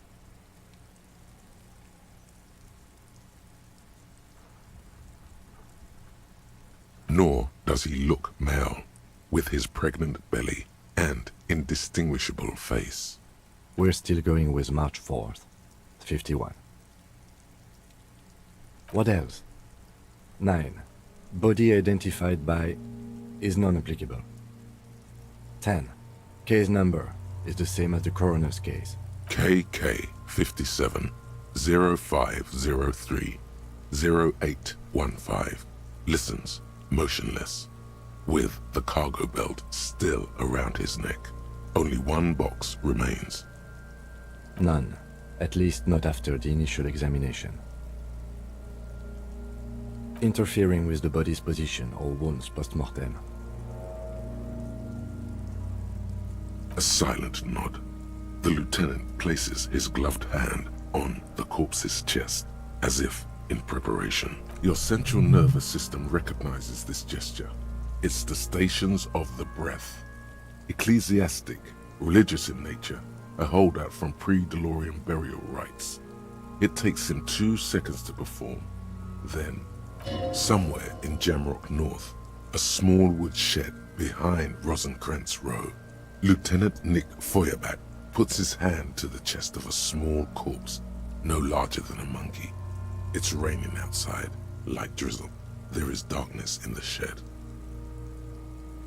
Elsewhere yet, an obese female sits in a wicker chair, her silhouette bull-like against the window. Outside, Grand Coudon. The day is turning dim for Sergeant Mac Dawson. Hand extended, he approaches, to make sure she is dead more than anything else. The building is tall, 7 stories wind-wrapped in solitude. Most of the apartments are unoccupied. This was a suicide, the other an accident, the small one. And so, all across Jamrock, Coal City, GRIH, 42 deceased persons found today, 42 stations of breath. We should start the post-mortem. The corpse cannot feel Kim's hand on his chest. It no longer meaningfully interacts with its surroundings. A thicket of boxes and lists on red copier paper tries to answer why. Clothes. The deceased wears armored boots and white briefs. The make of the briefs is Babrodine, I think. Let's see. See, it's happening. Babrodine, yes. Inexpensive. Size M. Color white. The disappointment is palpable. The red-haired thing was expecting something more lurid. The boots are ceramic, vitreous enamel. They are fused to his skin from blood flowing downward post-mortem. Removal of the boots is left for processing. Tattoos. The upper torso is covered in a single continuous tattoo, resembling a national pattern. It reaches from the right shoulder to the heart. The ink is blue and white. The assistant has a color photograph of the markings, to be added to the case files as document A1. The photo is taken on the scene, using a Trigat Mini. The deceased has a cargo lashing belt around his neck, tied with a hangman's knot. Color yellow. Length 3 meters. There is a buckle on the other end. Well-nourished, athletically built, measuring 1.8 meters. Generally consistent with age, about 50. Preservation is good. Ambient temperature below freezing.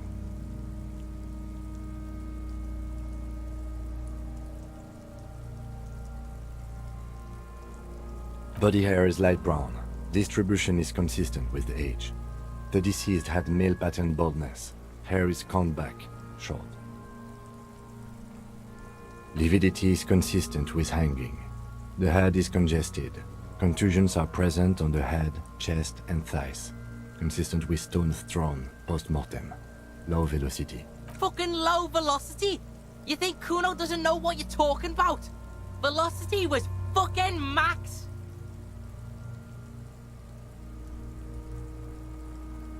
Talking shit about Kuno's velocity.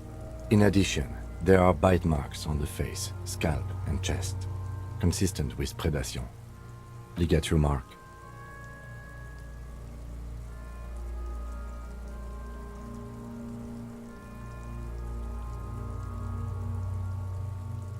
Steel wiring. There's too much of it. We need to remove the belt so we can get to the ligature mark. You got just the right tool for that. The chain cutters. Always good to think ahead. Now, we need to cut the belt to see the ligature mark below. Carefully, with as much precision as you can. See, my pig is gonna fuck his head off. No, he ain't. Your pig's a boring fuck.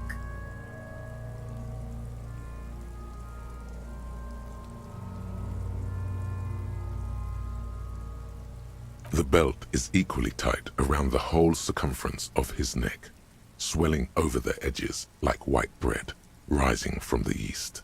The knot is the weak spot. The chain cutters fit in there. Steady now.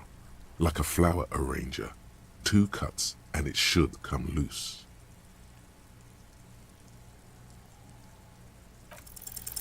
After some deliberation, you sink the cutters into the knot tying the belt together. You squeeze the rubber handles together, sweat forming on your brow. Snap! The knot is slashed. Another cut and the belt falls apart like a flower bouquet, revealing the dead man's neck and the dark red ligature mark around it. The rope rises to a point, leaving a gap in the ligature mark. The suspension point is in the back of the neck.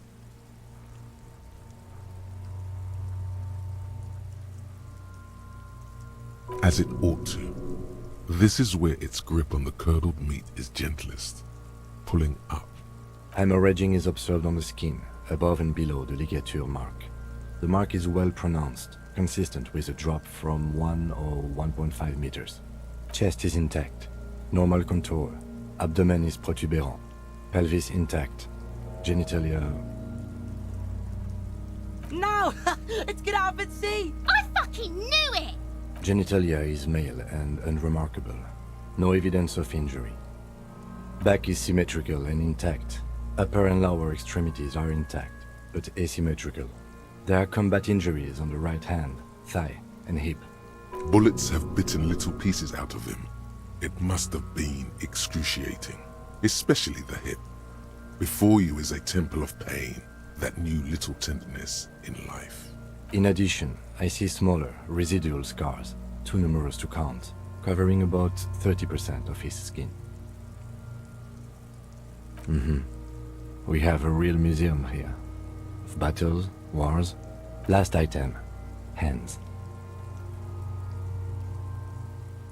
Hands are clean. No sign of a recent struggle. Maybe I'm just not seeing them. Honestly, this stench is making it hard for me to think at the moment. Ooh. That's all for the external. Well done. What next?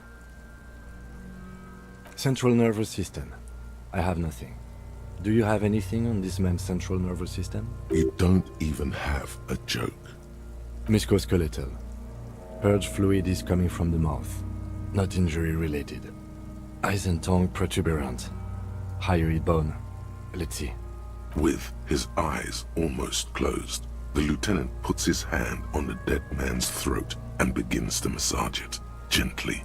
A rotting smell erupts from the mouth. Purge fluid runs down his lips, black and viscous. You hear cracks as the lieutenant moves his sharp fingers inside the flesh, like the creaking of an old house at night. Yeah, jack that fucker off! The hyoid bone is fractured. The rest of the musculoskeletal system is intact. Unremarkable. Respiratory system.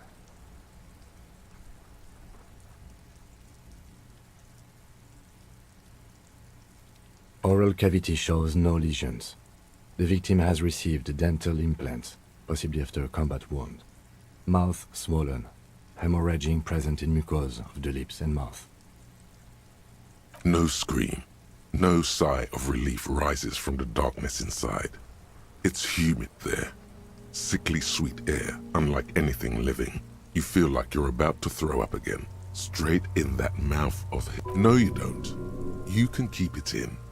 You can keep anything in. Hepatobiliary. NA. Are you a hepatobiliary expert? Same for toxicology and serology. NA. Unless you have untapped reservoirs of knowledge there? Like a toxicology screening? At this stage, I doubt processing will find anything, even if he was brimming with cocaine. But still, you should add a request. Brimming with cocaine. Cardiovascular. The body exhibits lividity in the lower extremities, feet, hands, and neck, visually consistent with the hanging. Gastrointestinal.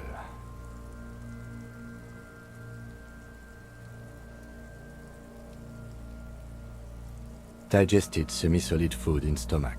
Voila.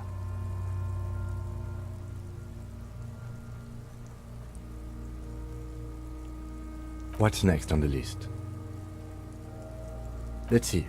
We have bite marks, contusions on the head and chest, and a ligature mark encircling the neck. You'll need 3 fields. Leave a 4th one too. Be thorough if you want maximum results. Nothing, just in case. Head, chest and scalp bite mark injuries. Predation by birds has caused damage to the body. Odontologist does not need to be consulted.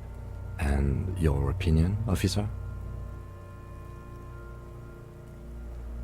Agreed. Next injury? So, the scalp bleeds from a post-mortem head injury, a stone.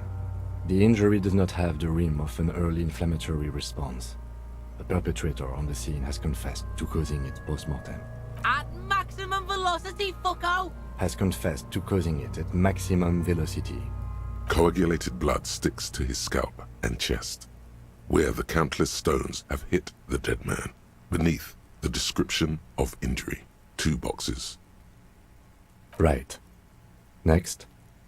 A dark red abraded ligature mark encircling the neck, with a gap on the nape measuring, let's say, 7 centimeters. The hyoid bone is fractured, the cervical column intact.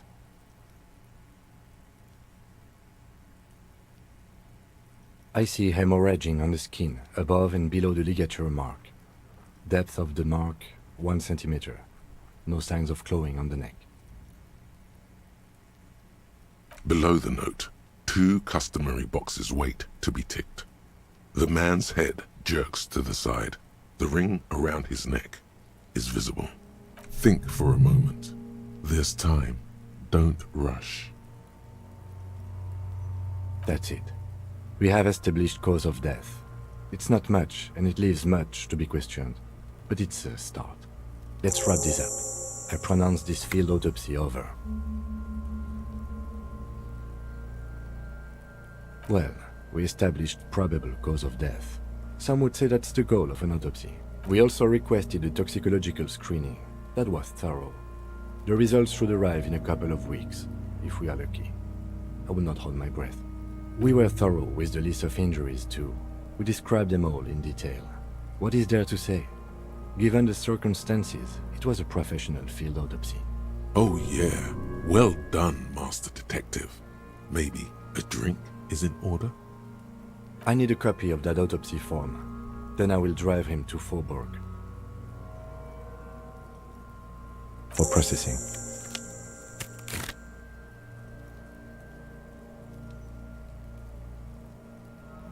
You tilt your head, also looking at the corpse.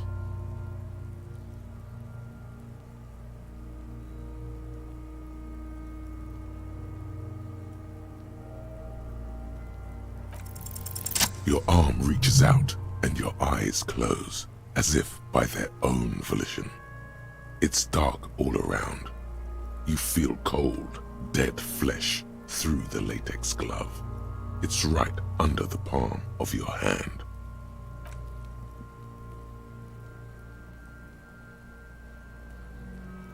His face, his cheeks, his nose, his fat, swollen lips. Like a rubber spider, your gloved hand crawls on his features. Everything is silent, all around. They are swollen shut. You need to really push to get in. Only the little one fits. The flesh changes shape as you bore in, searching for something in the cartilage. The fuck is he doing? The thing you're looking for, it's not there. Crawl out, spider. You pick it between your fingers.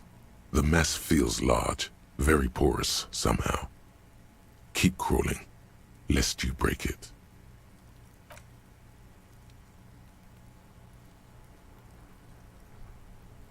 The oral cavity is cold and moist. A ball-like tongue attaches itself to the base of the mouth, lolling around like a scallop. A vision of black and dark red death, pried open by your hands and studded with teeth. Looks like he's laughing.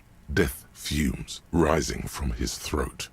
And there, in the back of his mouth, above the bell of the uvula, right in the soft palate, you see a hole. barely visible to the human eye. It is swollen shut, almost vanished. No larger than 0.4 centimeters in radius, the edges appear darkened. A black trickle of liquid runs into his throat from the wound. Your index fits right in there. A tight tunnel of flesh opens up, tissue damage, wide enough for 2 fingers. As you push both in, you reach through his mouth, right into his brainstem. The fuck is happening? Ah, shit, see? Yes, that's what this part is called. You've seen the drawings. You've studied them. The basal ganglia feels clumpy. What entered here has torn apart his reptilian complex. The funk soul brother at the back of his head has gone dark forever. Your yellow fingers slide into the remains of the limbic system. There is no resistance. It's gelatinous. The slug-like structures are damaged too. The tearing extends deep into both hemispheres. The lieutenant answers with the sound of his pen on paper. Fucking cavity, see?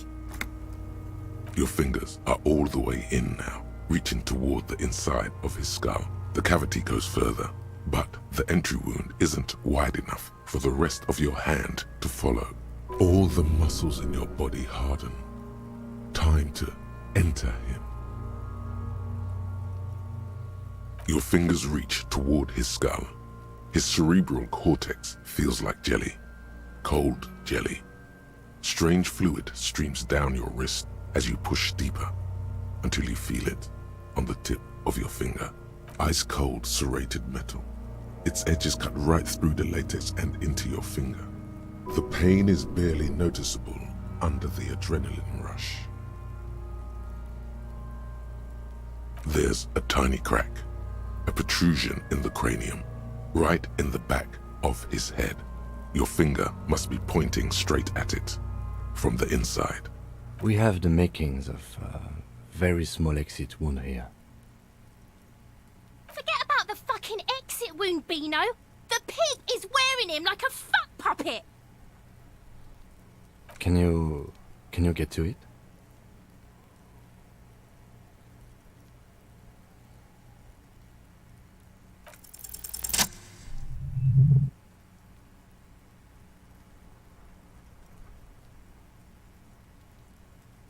You pick the object between your index and middle finger.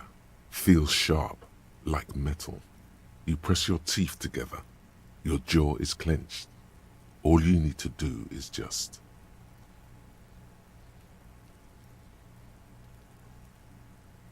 The inside of the head feels cold and smooth, like a glove. Sweat dripping down your brow. Careful not to lose the prize between your fingers. With a plop, your hand emerges from the mouth.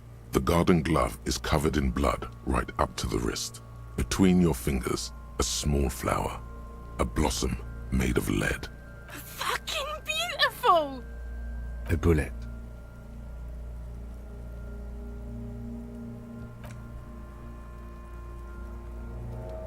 The bullet falls in the bag, leaving a smattering of blood on the plastic. He raises the bag under his eyes and says, A non-calibre. Rifle. Some kind of brittle alloy. Fractured on impact. No, you deserve it. We can log it later. We need to add an item to the injury list. Injury number 4. Oval entry wound with an abrasion color. Soft palate, back of mouth. High velocity. Temporary cavity in brain tissue. Small exit wound on the occiput. How does that sound? Opinion, fatal injury. And one last thing. We should amend injury number 3. Ligament mark. New opinion, non-fatal. Post-mortem. Treatment. He's proposing the bullet was the real cause of death, and the hanging an attempt to conceal this fact. Yes, and the belt around his neck. The hanging, even dragging him to the yard. All of it was done after this man was already dead. I have had my doubts for a while now, since I saw there were no signs of struggle on his hands, and no claw marks on his neck. There have been other signs too. Small details. Everything is too neatly designed for us to assign probable cause here, as we did, full-heartedly. Well, no more. Yes, we should take a closer look at it. I am certain it has more to tell us. This little thing could reveal much about the weapon that shot it. That's for us to find out. But this, it will make finding them just a little easier. To hide something. The real killer? The real motivation? What really happened here? Oh, you really do. I am glad to hear you say that. Your room in the Whirling in Rags should come with a bathroom. Be sure to make use of it in the evening. We put him in a bag and carry him to the holding pen of my kinema. The body bag should contain the odor for the duration of the transport. I would drive him to processing, but it's too late to do that today. I'll do it first thing tomorrow. No problem. One more thing. This was really good work, Detective.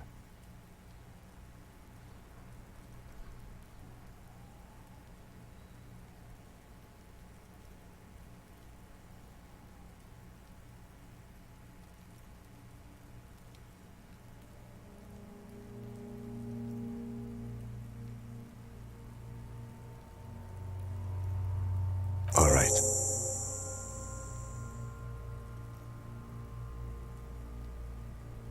There go those beautiful enamel boots. May they rest in processing. Oh well, in another lifetime. I will need a little help carrying him.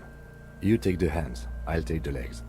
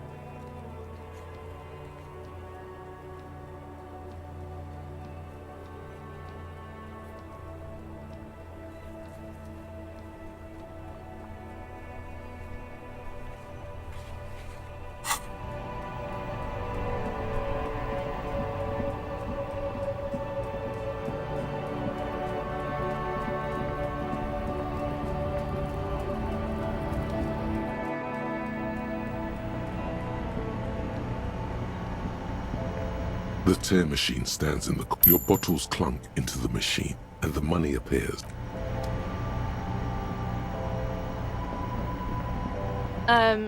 Is this about the questions again?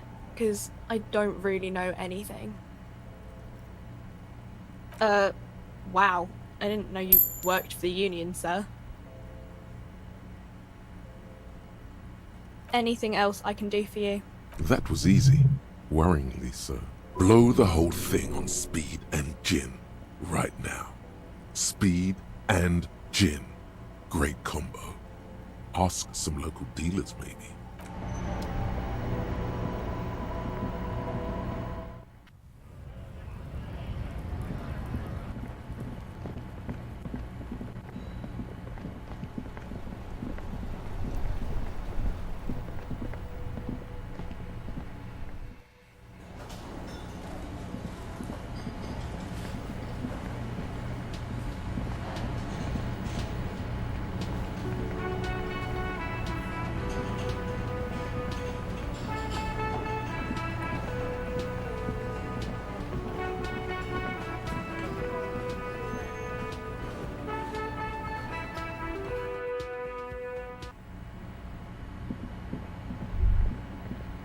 You should pick that fat, juicy cigarette butt from the tray, light it up, and smoke the living shit out of it. The living shit. Your mesolimbic reward pathway does not mince words. It wants smokes. Who knows what you are? A monster, a murderer, the gnome of Jeroma? You feel like a smoker, especially when you look at that juicy, succulent, seductive cigarette stub, still smoldering deliciously. How very astute of you. This renders it ineffectual. You should look for a whole cigarette, or better yet, an entire pack. Strike that. A carton. Make sure they're all healthy and able-bodied. Then smoke them all. Good. Thinking about yummy cigarettes in your mouth is the next best thing. Make sure you think about juicy sticks of tobacco all the time, though. It doesn't count if it's not all the time. And when you're done thinking about them, graduate to getting them. Plus, smoking them gives massive bonuses. The 15th Indo tribe.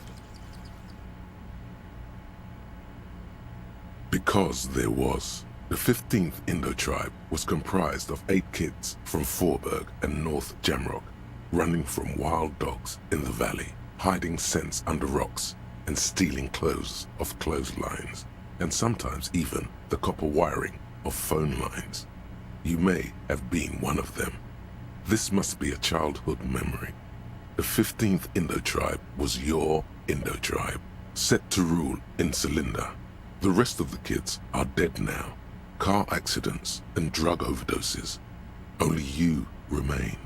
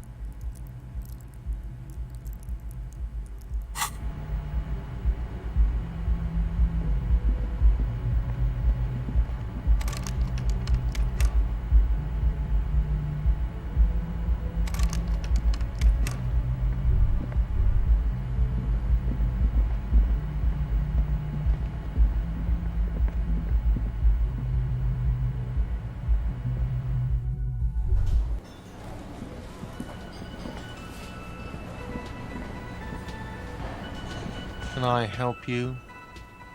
Yes. Have you got it? A lot. A lot. Like what? What thing? Yes, not the whole damn union, thank God. Just the nastiest and loudest. They come here in the evenings. Dumb, unruly types. Think they're big shit.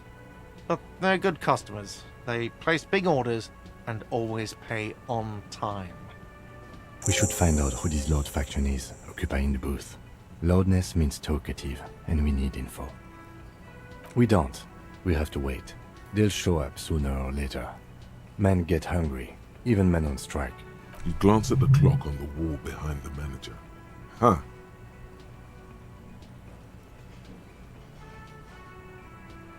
Good question. They're probably getting drunk or protesting something somewhere, or laying low after the, lynching. They probably fucking killed that guy or something, and that's why. I have a feeling we'll make their acquaintance sooner or later. What? By the way, you should come back to this thing-based questionnaire if you see anything interesting in the whirling later. Another thing. Great. Yes? Yes?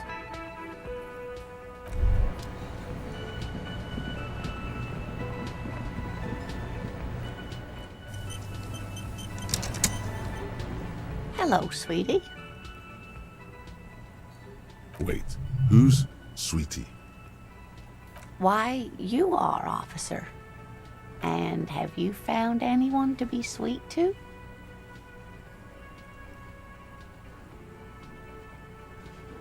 What was with that fucking wink?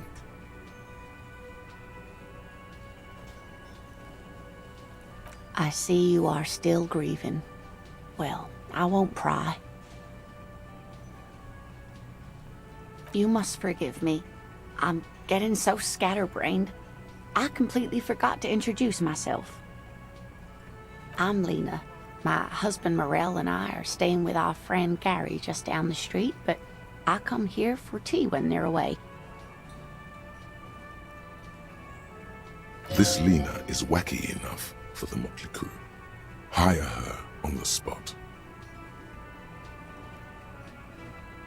Oh, sweetie, I heard your conversation with the manager about your financial troubles.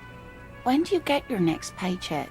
You've got guns of steel and a chiseled jaw somewhere under the bloated alcohol layer. Maybe she'd like to sponsor you.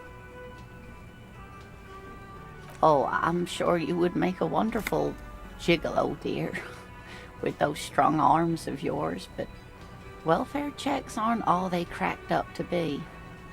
My husband and I are barely scraping by. She's not really lusting after those biceps, man.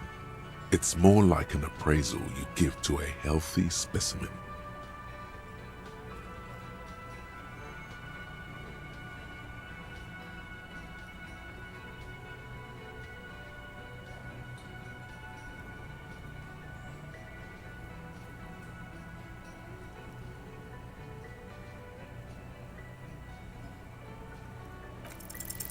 Try to force a tear out of your duct. Really rip into the whole emotional aggression thing. Officer, get a hold of yourself, please. Sweetie, I'm sorry, but I think you need more help than I can give you. Oh, no, I'm so sorry I don't have money for you. If there's anything else I can do for you, just ask. Yes, officer. You look rather dazed. Like a stunned fox. But surely things can't be that bad.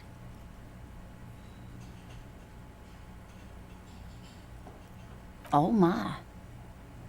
You know where we are, right? That's right. In a hostel called the Whirling in Rags, to be precise. Yes, and Revachol? How would I even begin to tell you? Revachol is the most beautiful city in the world. We're fortunate to be here, you and I. I haven't seen very many other cities personally, but everyone says so. Revachol is a rare jewel. This city used to rule the world, though it has seen better days.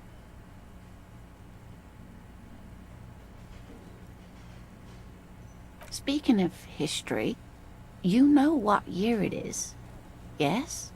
That's right, dear. How splendid. Here, take this pen. Knowledge should always be rewarded. Her relief is palpable. She was getting pretty worried about you there, but now she relaxes her shoulders. Outside, the melting snow seeps into the cracks in the walls and the cobblestone streets, all the way down into the sewers. Above ground, the first Maybells blossom. You can feel it, a great cold. Then the shiver passes. I can tell that this is taxing for you, so I'll just ask one more question. What regime are we living under? What mode of government?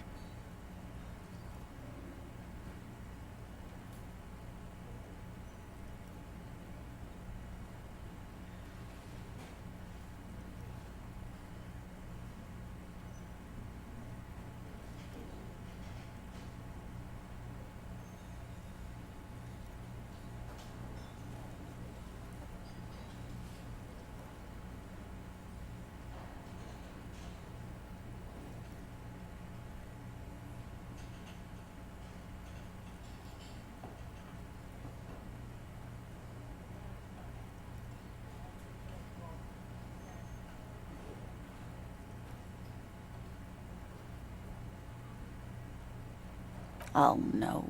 Nothing like that, dear.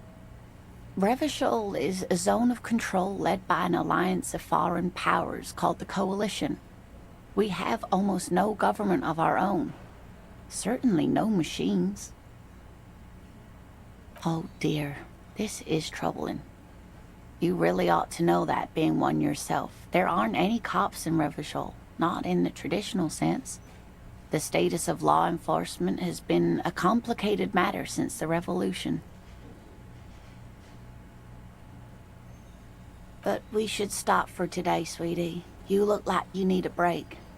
Besides, I'm not the best person to explain the big things to anyone. She's scared now. She's realized you really are brain damaged. You didn't do too well, dear. You really only knew what year it is. It does look like you're having trouble remembering things. History and places. Reality, in a word. It's very odd. A sigh. The lieutenant buries his nose in. But maybe a fresh set of eyes is what the world needs. And while I'm no doctor, such bouts of amnesia are often temporary, so I wouldn't worry too much. A defeat, I'm afraid. The people of this archipelago tried to build something new, something different. The rest of the world didn't like it, so they came and ended it. This was 42 years ago. It has something to do with everything. I really don't know how to explain it better.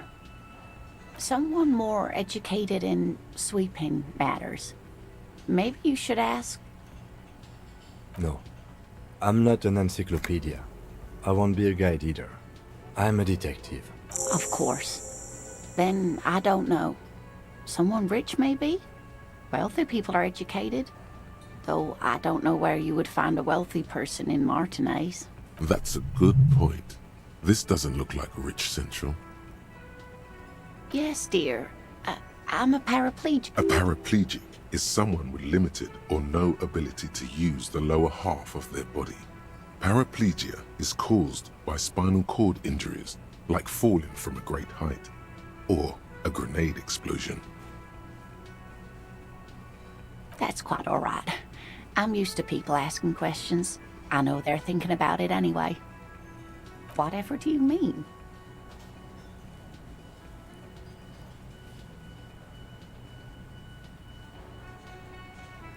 Sequence killers? Oh my.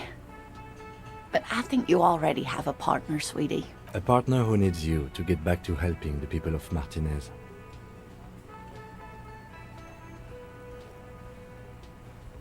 I can assure you with absolute certainty, there are no sequence killings taking place in Martinez. Now, gentlemen, no need to squabble. I wouldn't be of much use to you anyway, sweetie. Thank you, but Martinez isn't the most wheelchair-accessible place, you see. I'd slow you down, perhaps another time. Of course, dear. Good luck with your case.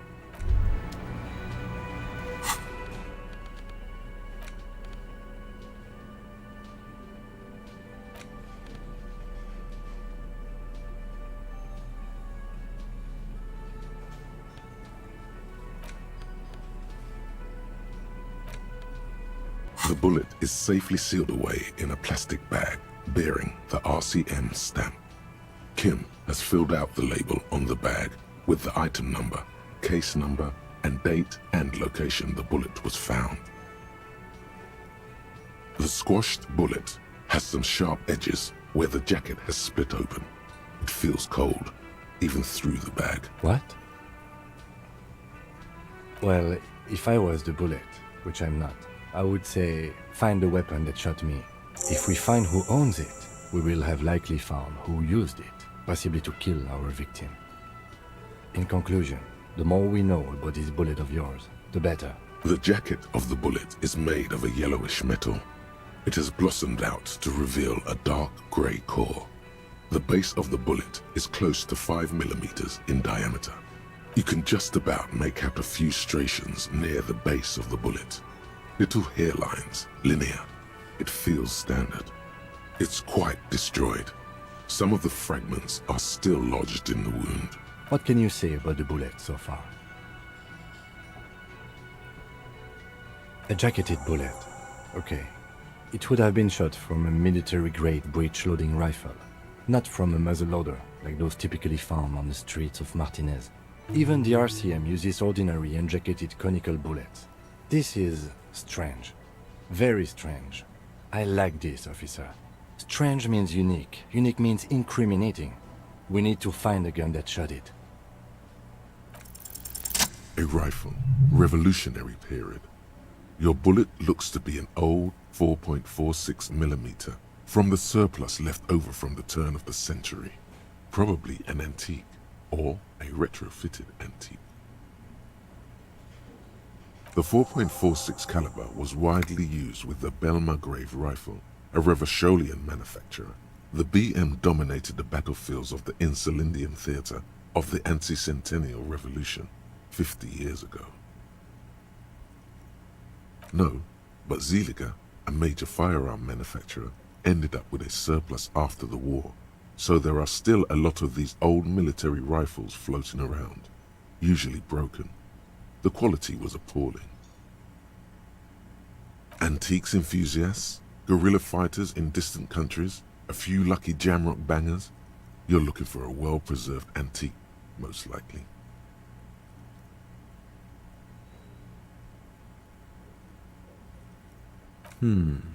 What are you thinking? Bullet?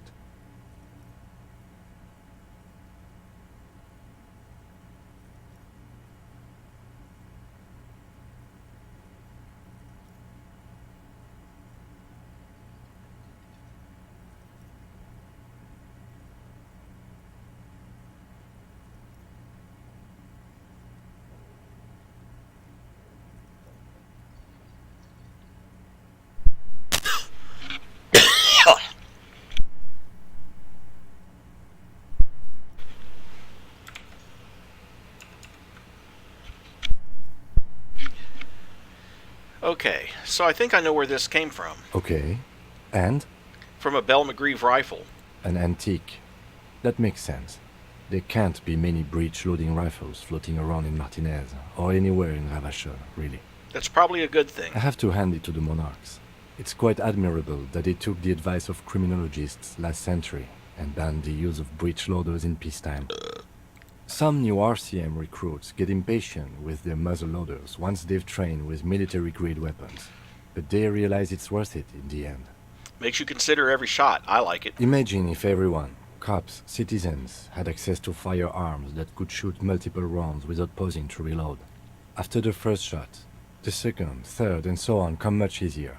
But back to the investigation. Seems we're looking for an antiques enthusiast. Doesn't seem that likely, but we'll check out all possible leads. Next step, finding the gun itself. The bullet has nothing more to say. How are we doing? Well, we are 5 XP away from another skill point. And I do want to spend a point on visual calculus. You are a cop, that's kind of important.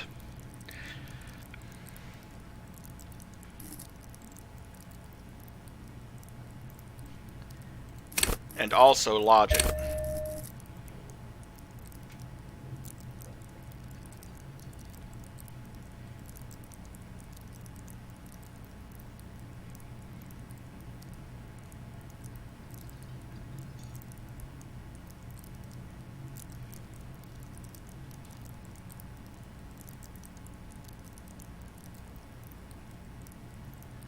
Okay. I will be back in a minute. Need to dehydrate a bit.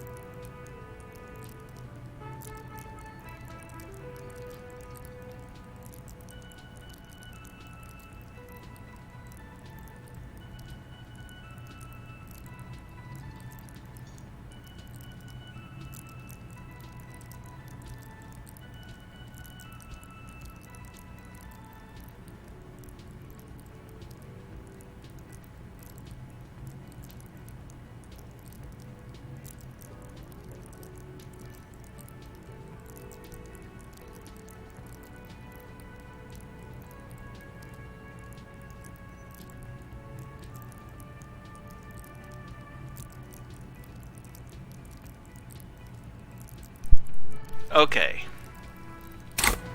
Accept changes in clothes. It is now past 10 in the game. We should think about calling it a day, maybe. The nights are still miserably cold this time of year. I haven't paid the cafeteria manager for We damages should yet, take care of that, then. but I don't have the money. Let's talk to him anyway. An officer of the RCM shouldn't be sleeping in the street. We'll figure something out.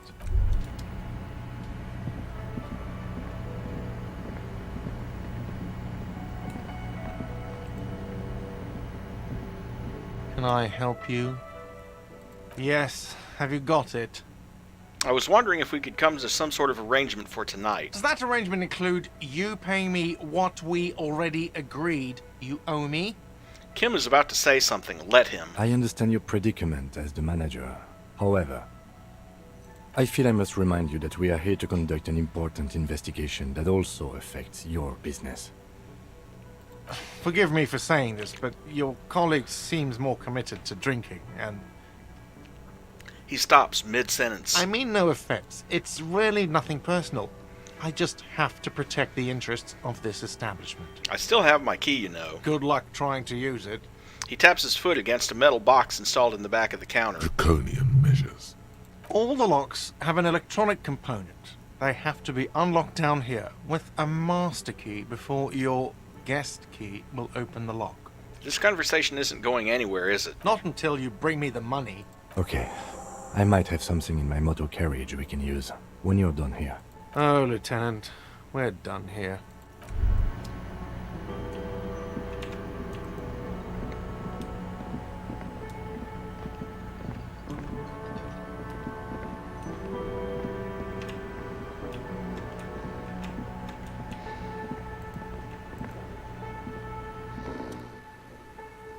A colorful piece of plastic is dangling from his carabiner. Makes your fingers itch. On the counter, rolled out of his open hand, you see a blister pack of headache medicine. Inspect the piece of plastic on his carabiner. It's a dock worker's ID, doubling as a shift card and a job permit. A young, able-bodied man stares back at you from the photo. Santiago S. John. Pick up The man does not mind.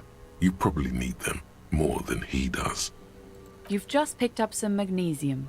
This item is stored in the bottom left corner of the screen above your character portrait. Use magnesium to heal your morale if you have morale damage. Your fingers find their way into the shackle, flicking open its spring-loaded gate. The metal loop holds the plastic ID and a leather-bound pocketbook. And the man? The man emits a loud snore. Is he about to wake up? Doesn't look like it, but you never know. Better be quick. No, he's looking the other way, perhaps purposefully. You find a black paper note with a woman's profile on it. Seems like this woman lived centuries ago. The note says 5 real. It feels nice and greasy. Yum yum. Money. Think of all the things you can buy with this. The synapses in your brain fire with glee. You slip the plastic ID card out of the loop and pocket it. The man continues to snore. The sleeping dock worker has little to say about your actions. He remains silent. Wake him up. There is only one way to wake this bone idol from his slumber. Roar like a hurricane. Rip the buildings from the earth. Wake up. This is an order. Why I am the the law. yelling man? You alive? You looked out for the long count there. Wait, what? No, he was just sleeping. What do you want, officer? Yours? Point at the bottle and the spilt rum. Indeed. Help yourself to some. Wait, no. Oh, it's empty. Sorry about that, pal. Tell me about Wild Pines. That's the name of my... He doesn't sound too enthusiastic about this. How's that going? How's it going? The dock worker lets out a big yawn, then stares at the cafeteria's terrace doors. Some fingerprints glisten on the glass. Haven't you noticed what's going on outside? Of course, it's a total madhouse. Then you understand the gist of it. We would all be better off without the employers and their employment. For one, I can get some goddamn shut-eye. Right to sleep, I say. Alright, I'll let The you dock sleep. worker doesn't answer. His head is already back down on the table.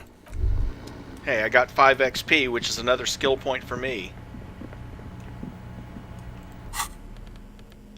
And I have his shift card, which I can sell for 13 more real. Okay, I'm going to do a quick save here, and then I'm going to reload and try to get rid of that damn circle above his head. That's annoying me. Didn't work. Okay, let's see if changing the scene will do it. Nope.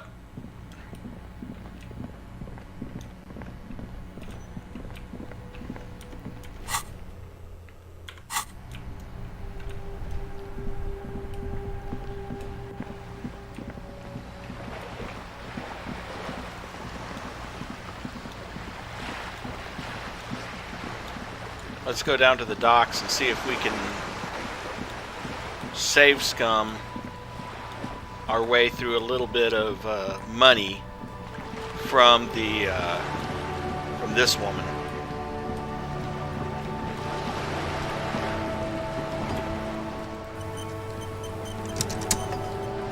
You're back. Good.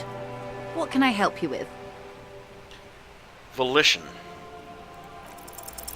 Voila. It worked. You're doing it. Really put your back into it. Yell it from the top of your lungs. Can I have some money, ma'am? Of course. How much do you need? She's surprisingly nonchalant about this. Could it be that she somehow knows more about your predicament than she's letting on? I need 130 real. That's a good sum. Not too small, not fantastically large. She reaches into her raincoat and pulls out a zip bag. In it you see paper notes arranged like black gills. She removes a few notes and hands them to you. The paper is cold and oily to the touch. Good. We won't be needing to go to my kinema then. There must be about 200 real in that zip bag.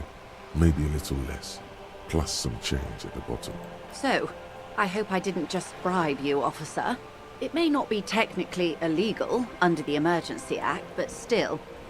I'm an honorable policeman, one of the few good men in Revachol. You're right, ma'am, that donations are permitted under the Emergency Act, unseemly as it may be, as long as they are properly logged with the precinct. Which he most certainly will do. Now, how else can I help the RCM today, besides supplementing its salaries? You seem smart. I need someone to give me a lowdown on this reality we're in. Here's where you find out more about the, Pale. This reality? It's related to that medical episode. I have trouble remembering even the most basic terms of reality. Ah, yes. The episode. Sounds like an acute case of encephalopathy, now that I think of it. She puts down her thermal cup and looks at you. Don't be phased, madame. He functions perfectly well. He only needs a lowdown on all of reality. We may be here a while then. Ask away, officer. I'll help however I can. All right, we're in. I know these all look good, but begin with the first, okay? Where are we? We're in Martinez, baby. Baby? A casual term of endearment popular among the 50-plus crowd. It's a disco holdover, pay it no heed. I'm a disco holdover myself. Aren't we all? And what is Martinez? Martinez is a district of Revachol. A very small district tucked away near the industrial harbour, north of the 881 and Jamrock. You would be excused for not knowing about it. Unimportant, they say. Forgotten, even. Shelled to smithereens during the Revolution. It has its charms, just not this time of year. Tell me more about Martinez. I'm not a good ambassador. I've only been here once before, as a teenager. Not a lot has changed. There are ruins, a terminal, fishing boats, reeds, boys with boxy shoulders. This place used to be a province, a workers' resort before the city swallowed it and the artillery did its work. The reeds are the real star of the show here now. The further down the coast, the wilder it gets. You mentioned a sea. You mentioned a sea. What sea is this? It's not really a sea, it's the Bay of Revachol. And the bay feeds into the ocean. Are we near the ocean? Yes. We're on an island in an ocean, the world's largest body of water, the Insulindic. What's the name of this island? Caillou, as you already know. Imagine a pebble. A smoothed-over pebble amidst a great blue sea, misshapen, cracked. The cracks are the River Esperance. We're in the delta of this river on the 6th branch, the Martinez distributary. It is clear this pebble is of enormous value to her. Tell me about another, perhaps even more fundamental aspect of reality. I would be happy to. What is a preposterously expensive education for, if not sharing? What is this acute encephalopathy? It's a neurological disorder caused by a lack of vitamin B in the brain. Symptoms include a retrograde amnesia. It's quite serious. You should get yourself checked out. What causes it? Well, it's either bariatric surgery or long-term alcohol use. Definitely the She drinking. nods slowly. What this boils down to is, this reality thing is stupid. Blow this joint, grab a bottle, and drain that shit right down your throat. Wipe that urge from your mind and get back to She reality. stares at you, head tilted to the side, with a slightly concerned look on her face. What times These are these? are unimportant times, Detective. You and I were born after the dust had settled. 1,000th of a second too late. Too late for what? For the big time. Her eyes light up. There's a flash of teeth. The smile of a predator. No doubt what she's got in mind. What's the big time? The revolution. Hi, and what is this revolution I keep hearing It's about? quite easy. Every 100 years or so, our species gets together to decide what's next, who gets shot in the head, and who gets the mineral rights. It's a real kerfuffle. Who got shot in the head? Those would be the communists. Generally speaking, 40 million people got shot in the head during the World Revolution. But the communists, they all got shot in the head. Oh, and the anarchists too. They shot them well. So well, one forgets they even existed. Did they shoot back? Did they ever? Before they got shot themselves, they shot 2 million people. Truly a kerfuffle. Yeah, it was a kerfuffle, all right. The lieutenant mumbles from behind his Yes, notes. the Insulindian deluge, they call it. Anyone else get shot in the head on the opposing side? Oh, lots of people. Even the king got shot in the head, or thrown beneath a horse, or drowned. Accounts differ. It was unceremonious. Just as well, he wasn't actually the king. Just the king's nephew. The real king abdicated and lived out a long and productive life as a venture capitalist in Grad. Smart king. Yes. King Guillaume had a nose for bad PR. He ran before it. What is the expression? Went down? Anyway, Gil got out alive and his nephew Frisell got shot in his place. Him and tens of thousands of his wonderfully fascist kingsmen. It was a wild time. Who got the mineral rights? The liberals got the mineral rights. And by mineral rights, I mean everything. How did they win it all? They didn't win so much as survive. We were the last ones standing when the war ended. Everyone else got shot in the head, remember? If everyone got shot, who was there to surrender to? To foreign intervention. The coalition. Those people really took the mineral rights. Wait, you just said the liberals already took everything. The liberals took everything that wasn't nailed to the ground. The coalition took the ground. The ocean, the laws, and the people. Who are the coalition? The coalition of nations. Grad, Mesk, Vesper, Messina, Oranje, and Sur-la-Clay, the armed center of the world. They landed here and ended the revolution. It was the moralist thing to do. Moralists? The moralists believe in keeping everything exactly the way it is. They believe in mineral rights, and not shooting people in the head. At least not in the same manner and volume as the others do. They are the long-standing provisional rulers of Revachol now, the coalition government. The rulers of Revachol, and also the world. These guys are strong. This is their zone of control. They embolden the RCM with crumbs of the same law they took. Technically speaking, you are a moralist. I don't think I am moralist, ma'am. Of course. Not easy to be moderate about head shooting in your line of work. Rooty tooty, pointy shooty. Rooty tooty, pointy shooty. That's the way of history. When was this kerfluffle? The turn of the century revolution? Don't answer it. It's a trick question. The revolution began in '02 on the Isla of Grad, though by the end nearly the whole world had gotten involved. It wasn't a who, but a what.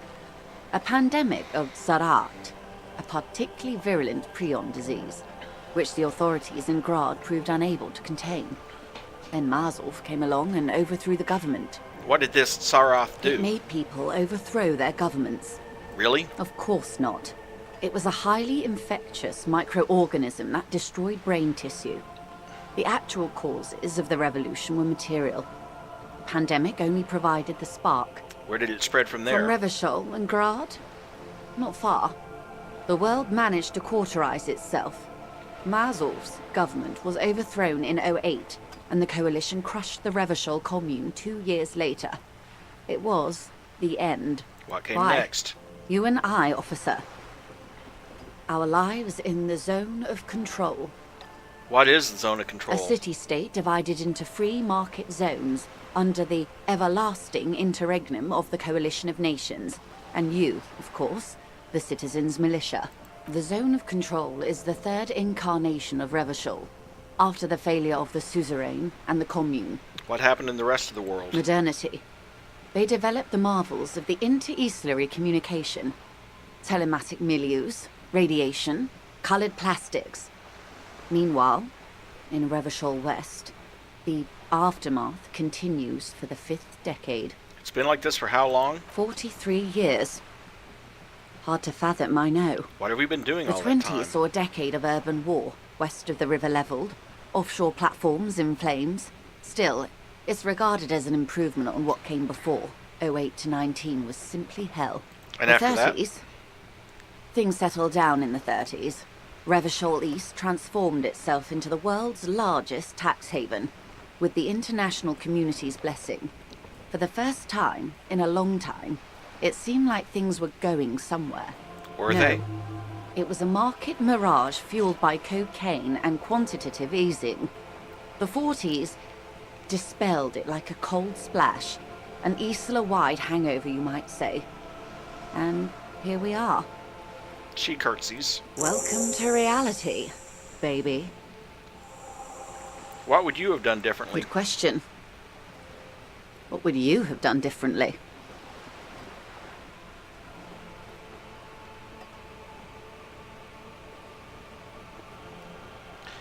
I would have sought a medical solution. Sounds like Sarath drove those people Cold mad. creeps up your spine, reaching its tendrils up your neck, toward the back of your head. So a quarter of humanity simply lost their minds. And how would you stop a prion, a complex folding protein, unlife, with a technology 50 years ago? With privatized healthcare and a work ethic that doesn't turn your brain into sponge tissue? The wind stops, and for a moment, there's silence. The charge dissipates into the dark water. All is quiet on the Martinez Inlet. A dog barks. A gunshot echoes off the walls of some distant building. A woman's voice. It's all yours. A poor remedy for prion disease. That was the attitude of most of the more moderate Indo tribes, particularly those who supported the king. Kupri, Resplendent, both gone now. Those that survived mended their ways. They're all ultras now. Opinions expressed here do not reflect the official position of the RCM. And what is your official position, Lieutenant? My position, ma'am? My parents got ripped to shreds in the revolution. I would have gone the same way. I was saved by being 2 years old. That's my position. The abattoir. Understandable. That's they enough are what about the they times. are. Who knows? An afterbloom may yet come. Anyway, enough sentimentality. Is there anything else you want to know?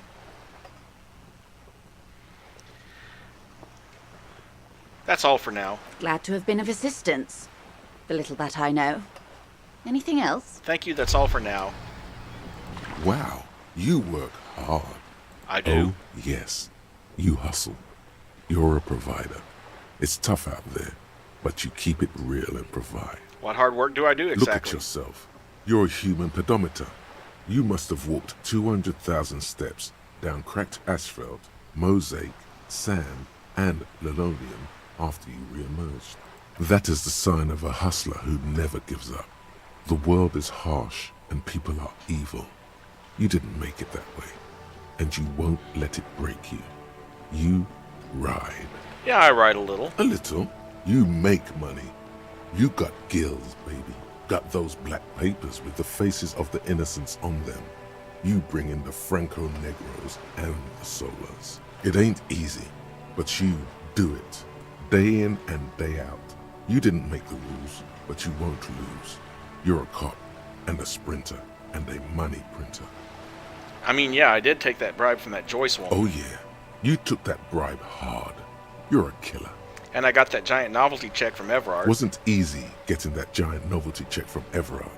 Took some ingenuity to get into the harbor, but you got in, and you took that bribe as hard as any cop's taken it. And I took some money from the manana guy. You didn't log that in as a donation either.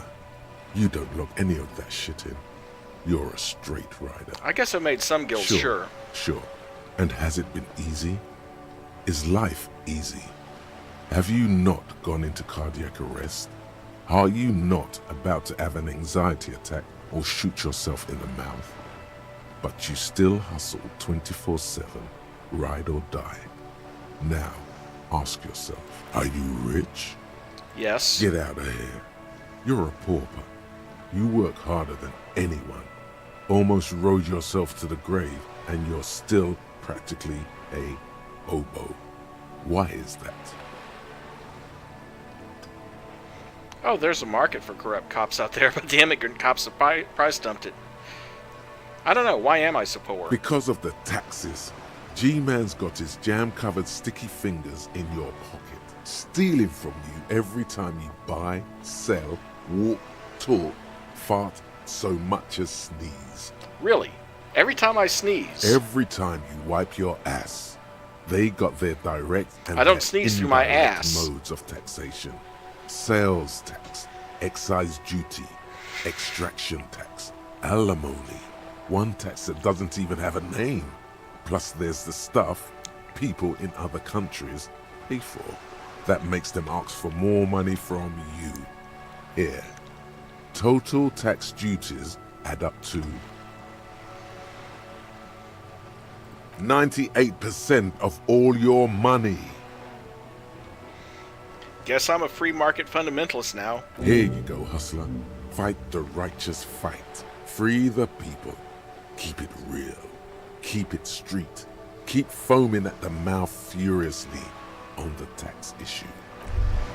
Okay, in that, and the nice thing about that is that it unlocks the indirect modes of taxation, which it reduces empathy by 2 until it's internalized, but it actually,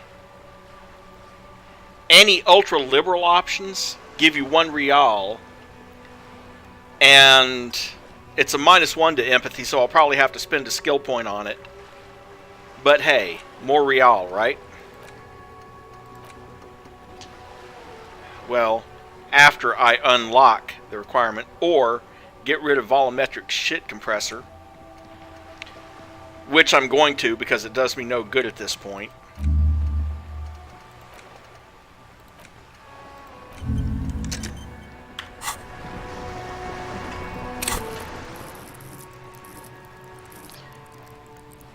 And because it's going to cost me empathy, I'm going to put a point back into empathy, just so that I actually still have that.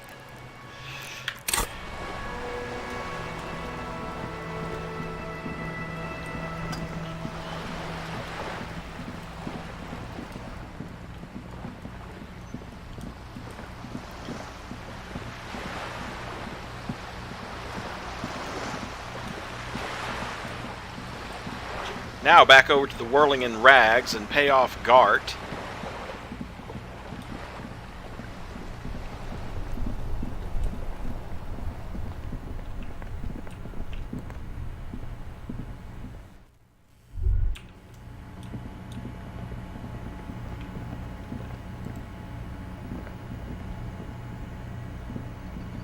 Can I help you? Yes. Have you got it? Well? Here it is. Sorry for the trouble. Great. Thank you, officer. That's all I wanted. Payment for services rendered. If you continue to stay here, I just ask that you please pay your nightly bill in advance starting tomorrow. The electronic lock to your room has been disabled till 9 p.m. tomorrow. Please pay for each night in advance starting tomorrow. 20 real per... I'll take a room here too. Of course. Always happy to have officers from the RCM as...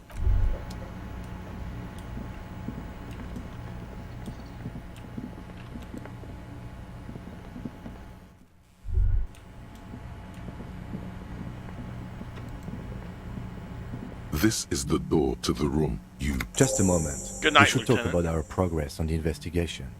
Let's go out to the balcony. All right, let's go.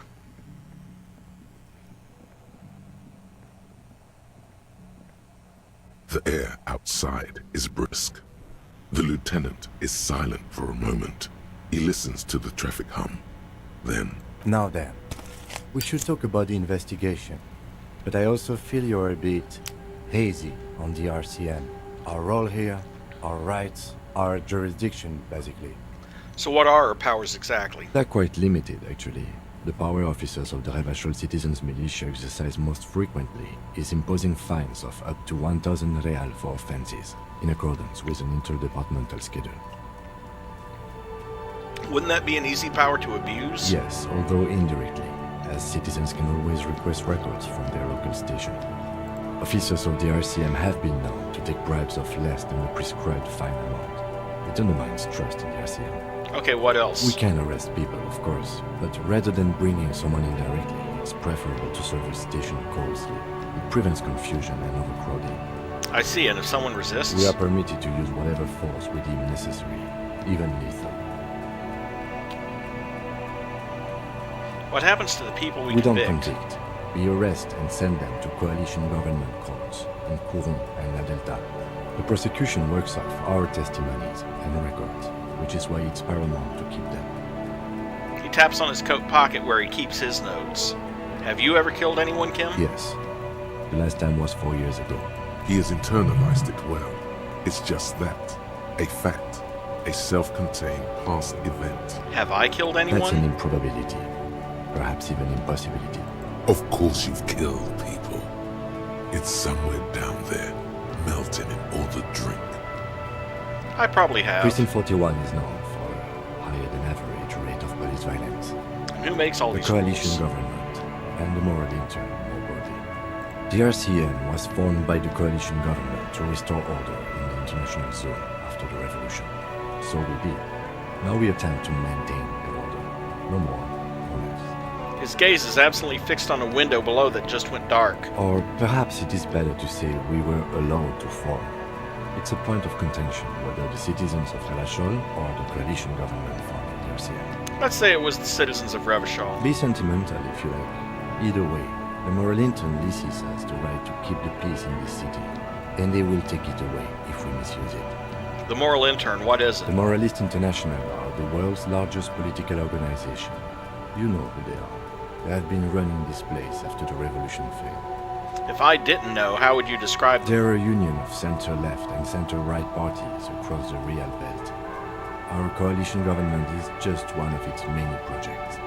They also run the ICP, EPIS, most intergovernmental organizations in the world. What do they believe in? They are Dolorians. They believe they continue the humanist project set forth by Her Innocence Dolores Day 4 centuries ago. Others say they are just technocrats.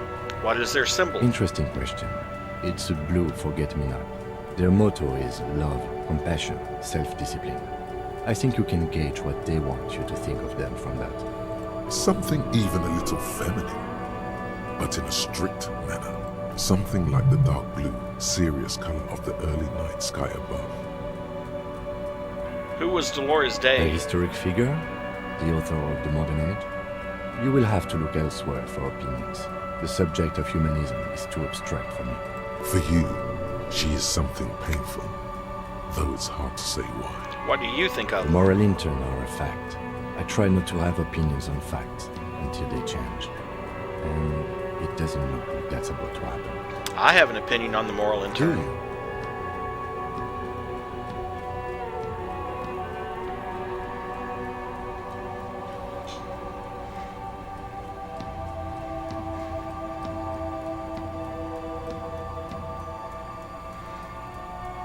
They've done an awful job here. Have you seen the place? This isn't humanism. We are in what is called the twilight of international law. The laws we claim to enforce come from the MI. Without them, we are simply vigilantes. Maybe we should make our own law. Spoken like a revolutionary, not a cop. But hypothetical aside, in Martinez we already are vigilantes. At least the Union thinks so. I expect our job here to prove quite challenging. He looks at the roundabout. The lights of the orphan district are reflected in his glasses, the red and golden orbs of the motorway sliding like pearls on a string from east to west as Revachol commutes back to the suburbs. Tomorrow is Tuesday. Monday is over. How do you think today went? Well, we inspected the victim's body, so that's good. It was not easily approachable in that state, but we did it. Our inspection could have been more thorough, as it always can, but we have some leads we can follow up on. In addition, we got that body down from the tree, and we performed the field autopsy on the victim. We found some things we can really work with. Moreover, you found that the hanged man wasn't just hanged, he was also shot. That was some excellent detective work. And you managed to locate and pull out the bullet, so we can get ballistics, make off the gun. All this is invaluable. It was the least I could do, given all my past mistakes. The rest is up to the boys in processing. Maybe they will surprise us by doing their job for once, but I wouldn't count on it. There's still work to be done at the crime scene, however. We mustn't forget that. Now, for the interviews. The initial interviews? Yes, well, we talked to some people. Including Evrard Clare, a daunting adversary, if there ever was one. He wasn't particularly forthcoming with useful information, however. I'm sure I can get him to tell us more. Claire also helped you, how should I say, remember your name? That's a relief. Big relief. It's a very serviceable name, too. Moving on. We tried to interview the Wild Pines rep, but she asked us to do something for her first. Fine, so be it. I have a feeling Joyce knows how dangerous the situation really is. We have to get her to talk to us. He purses his lips, and a bug crawls across the back of my hand. Die, damn it. Above all, though, today was exhausting. What's with all the running? You run a lot. Is that a standard Precinct 41 practice? I have a really good theory about why you're running so fast, son. Just you wait until we get up tomorrow. I'm training for a long-distance run. I want to raise money for charity. It's impressive, especially for a man your age. And in those hills. He nods thoughtfully, tapping his finger on his cigarette. Nice shoes, by the way. I like the green. Goes with the orange. I didn't know you smoked, Kim. I have a cigarette every night when I go over my notes. It's something of a ritual. Oh man, he looks so devastatingly cool with that cigarette. Right then, Yes. debrief. It's been a long and eventful day. Thank you for this. Yeah, it's getting very cold now. Let's go.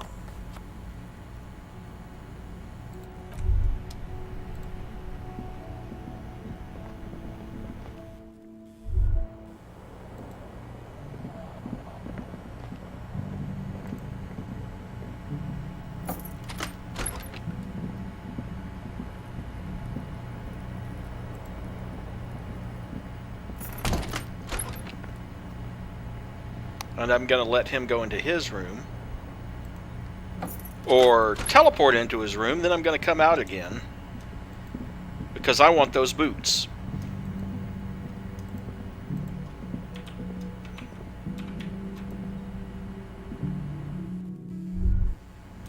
And the dead body is still in the Kanema for now.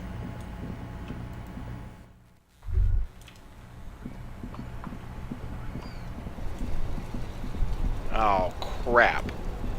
Nope, the Kanema's already gone. Well, shit. I think there's a chance to get him later.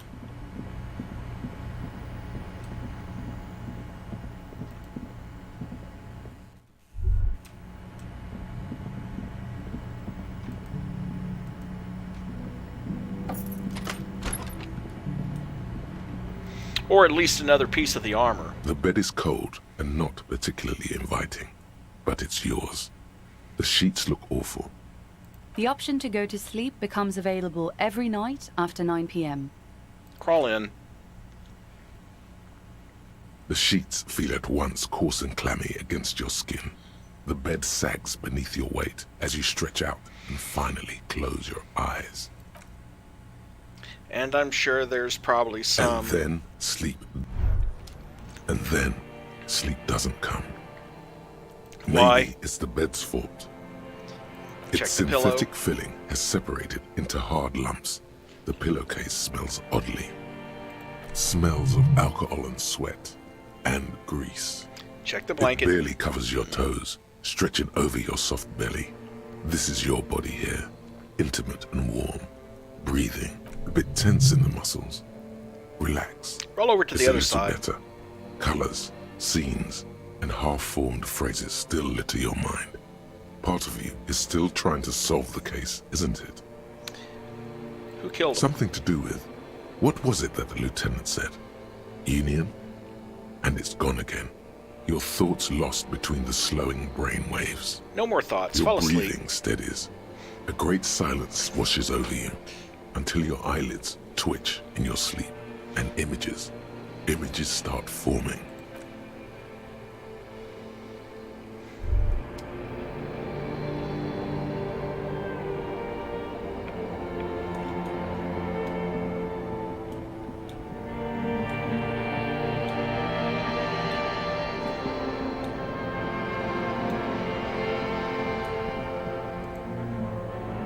Do you remember the scent of your childhood? I was born in a hospital where people usually go to die. You're not kidding anyone, Harry.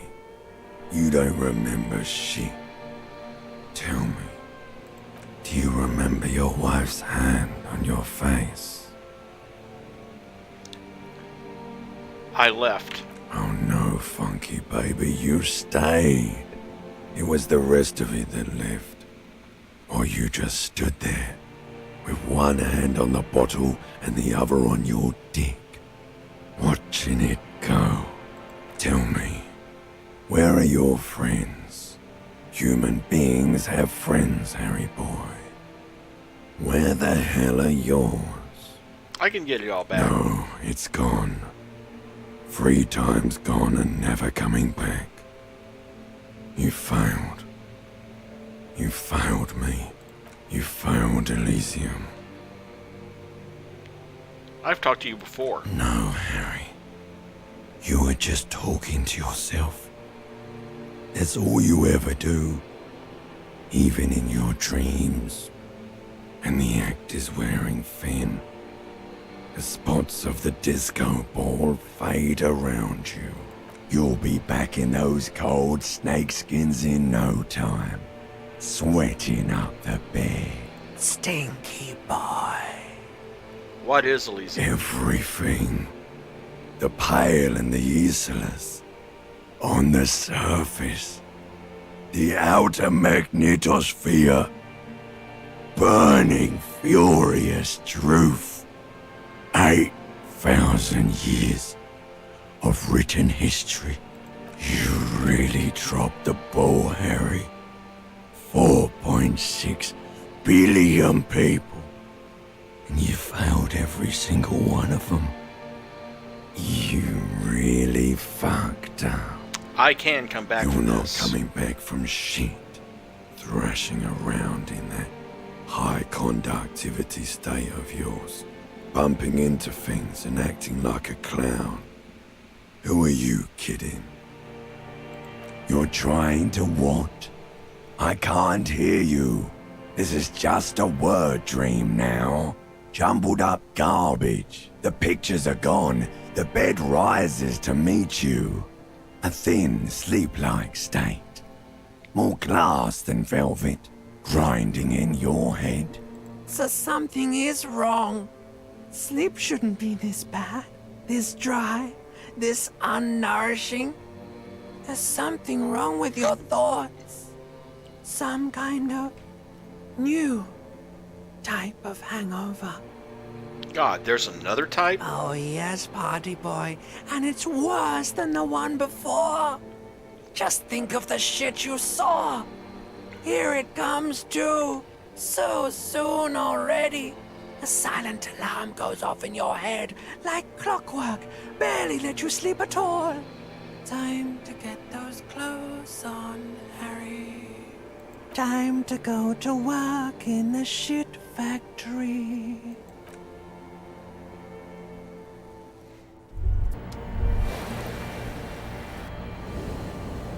Health +3, morale +2, 7:30 in the morning. He crawls out of what you call a bed. Good going, buddy. I just had the most beautiful dream. Really? Because you feel even worse this morning than you did last night. What the hell is going on with me? You mean, why are you so tired? Too tired and down to even think? It is worrying, isn't it? You can't be a detective like this. Detectives need to be able to think. Nope, that's not it. That's not really true. Your heart has finally pumped all the speed out of your system, Buster. Time to get some more. You're too weak to say no now. Waking up is the worst part. Maybe somewhere down the line you could decline. Nope, I can take this. I am not going to go looking for speed. Are you sure? Ready to live as this pathetic shell of yourself for days? Basically, a week. Let's be honest, 2 weeks. Maybe 3. You won't make it. Half the town will be dead by then. You will be fired. That's a lie. I can do this without the speed. Half the town won't be dead. Suit yourself, slow, sad shell man. See how you do without your spark. Okay. Quick save it here. And then what I'm going to do is I'm going to try quitting back to the main menu and then loading the save.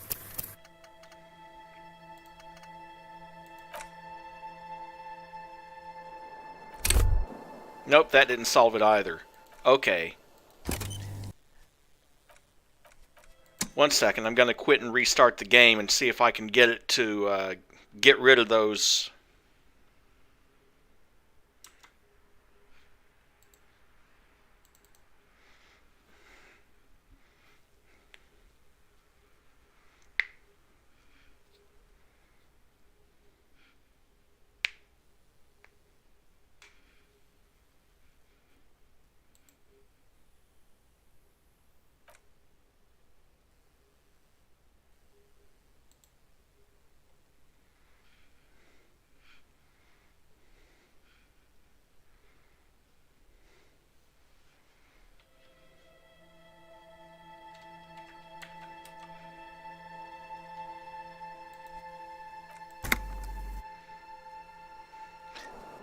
There.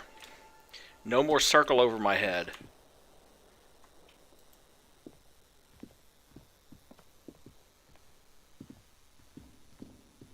This is not the cleanest bathtub in the world, but it's cleaner than you are right now. Ah, that soap scum smell. It smells like life, at least compared to you. The Run yourself a bathtub bath. slowly fills with water. The water beckons. The Undress, water close your eyes, is and only lukewarm, submerge. but still comforting, like amniotic fluid. A few beer cans are bobbing up and down along your flanks, like sad duckies. Take the beer cans Now out. you are alone with your thoughts in the tub. But it's easier than being alone with your thoughts outside the tub. They're not even really thoughts, just assorted sensations. None of them acute enough to focus on. Imagine you something. see the corpse. You can still smell the cadaver on you. It's going to take more than one bath to get rid of that stench. Then, houses along a narrow street. A video rental. Darkness on the planet's curvature. Okay, The get out. waterline recedes as you stand. You are cold now. Your clothes stick to your still moist skin. And how am I doing on thoughts? Well, I've got 1 hour and 15 minutes of game time left for indirect modes of taxation.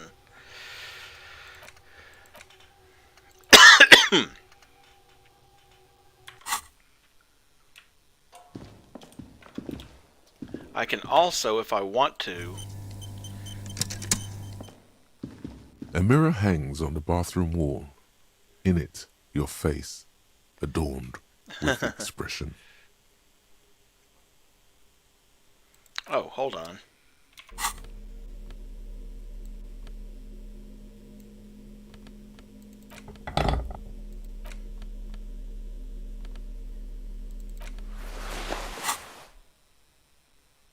A mirror hangs on the bathroom wall. In it, your face, adorned. Good. I might be able to fix that faucet. A mirror hangs on the bathroom wall. The faucet is quite terribly mangled, but you just might be able to twist its parts into place. You handle the chain cutters deftly, applying just enough pressure. The faucet regains a recognizable shape. The steam stops. Told you that you needed those chain cutters. Everything is connected. Everything has a purpose. The mirror begins to clear slowly without you having to wipe it. Well, that's one thing solved. The mirror hangs on the bathroom wall. It's barely covered in steam anymore. It's your face in the mirror, adorned with the expression. Well, I have about a 3 in 36 Like chance. the rest of you, it comes from a bad... A little bit of save scumming.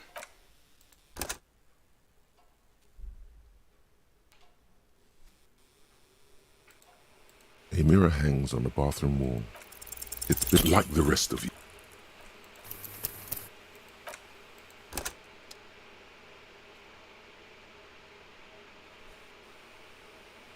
A mirror hangs on the bathroom wall.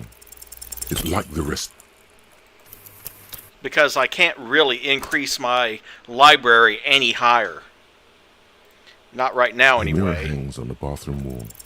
Like the rest.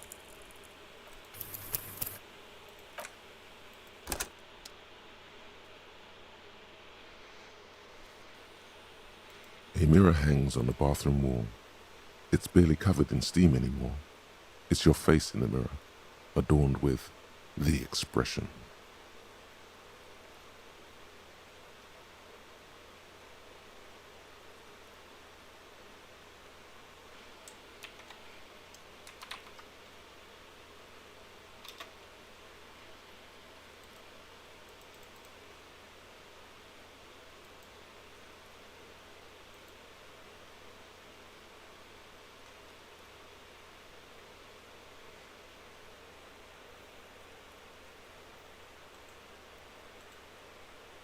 Okay. Well, I can't at the moment, but there are thoughts that I can get that will increase my checks, because there's one that increases all checks or increases all skill caps to 3. And I might try to get that one. Like the rest of you.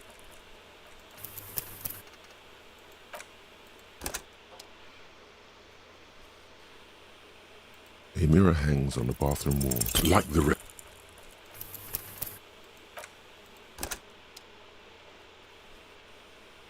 A mirror hangs on the bathroom wall. Like the rest.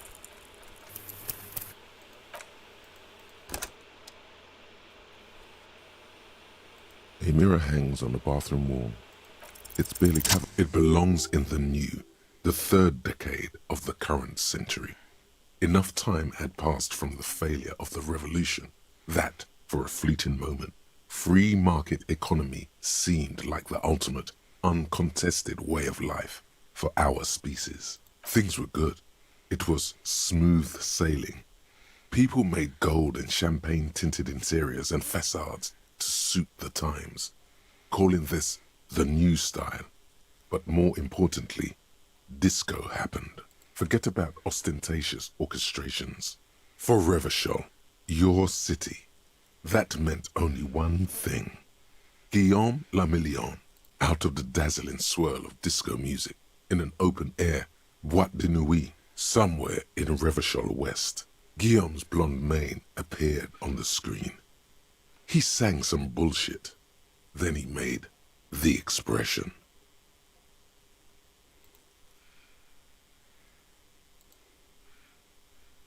So I Everyone adopted it? loved Why? Maybe you thought some of the stardust would rub off on you. Maybe it did. Either way, it's all gone now. Only the grimace remains. Does this have anything to do with ostentatious orchestrations? Not really. Oh must have just stirred your mind. They're more like a disco rock band anyway. How long ago was the news? There is a vast ocean of time between right now and the expression. Looking good on you, or anyone. 2 decades, if the calendar is to be trusted. Humanity has run aground in that time. It's a different world now. The expression is a relic. Anything else? Like, who am I? Why did I become a cop? Why did I drink myself to You oblivion? have some understanding of the near history of disco, plus the trivia you've picked up along the way. Episodic memory, however, remains in the dark. It may never return. You should prepare yourself for that. I feel the need to add a clicking sound when I The make click is used to spur on a horse. It also features heavily in Guillaume Lamillion's regional mega hit, Don't Worry, Your Pretty Little Head. Sometimes you like to add finger pistols to the mix, because, unlike Guillaume Lamillion, you are a police officer.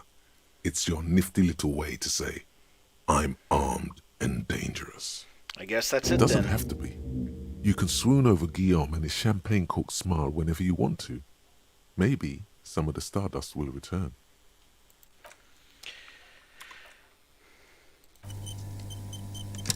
That also unlocks yet another thought that I can use.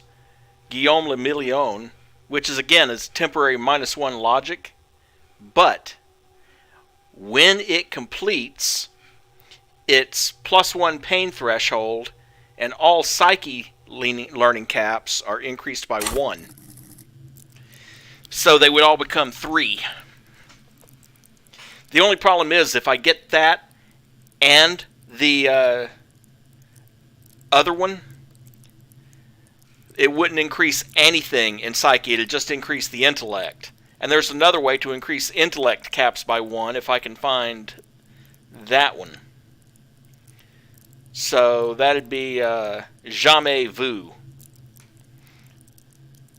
which also provides XP for every orb clicked on, so it's a good reason to get it.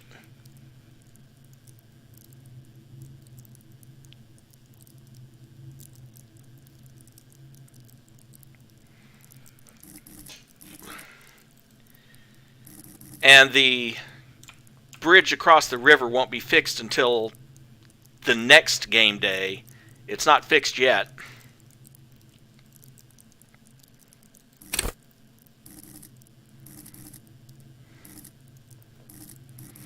But I've got 2 skill points again. So let's see what I can The mirror do. hangs on the bathroom wall. It's barely covered in steam anymore. It's your face in it. It's too late. No, it's not. Not with saves coming, it's not. A mirror hangs on the bathroom wall. It's like something snaps in you. A nerve ending. A thought. A sadness. Your face in the mirror is suddenly clean of the layer that had distorted it for God knows how long.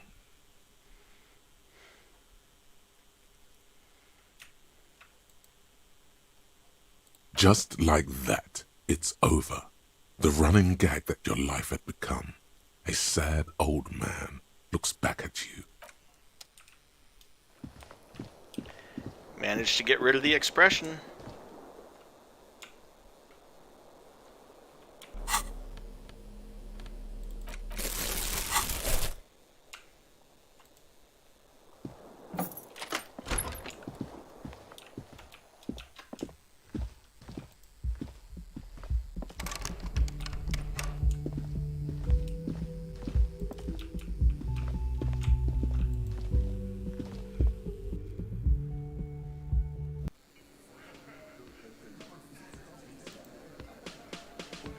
And that's open now.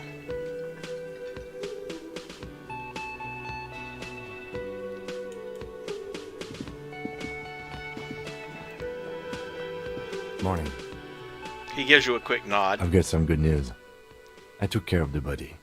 The thought of him decomposing in my MC wouldn't let me sleep. I don't know if I was ready to let him go. He's in processing now. We have other matters to attend to. Oh well, we'll get the armored boots in another lifetime. The Union muscle finally turned up, and they look rowdy. We need to talk to them. Are these the men Gark told us about I yesterday? completely forgot. Sorry, I had a rough night's sleep. It's them by the looks of it. Loud and nasty, just like the manager said. One loose thread less to worry about, and one big problem to replace it. What do you mean I rowdy? mean ungovernable. Martinez isn't exactly enthusiastic about the RCM being here. They prefer to be policed by the Union.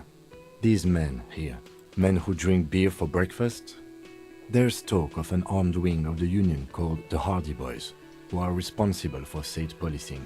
I think it's them. Why do we need to talk to them? Everything points to the Dockworkers Union.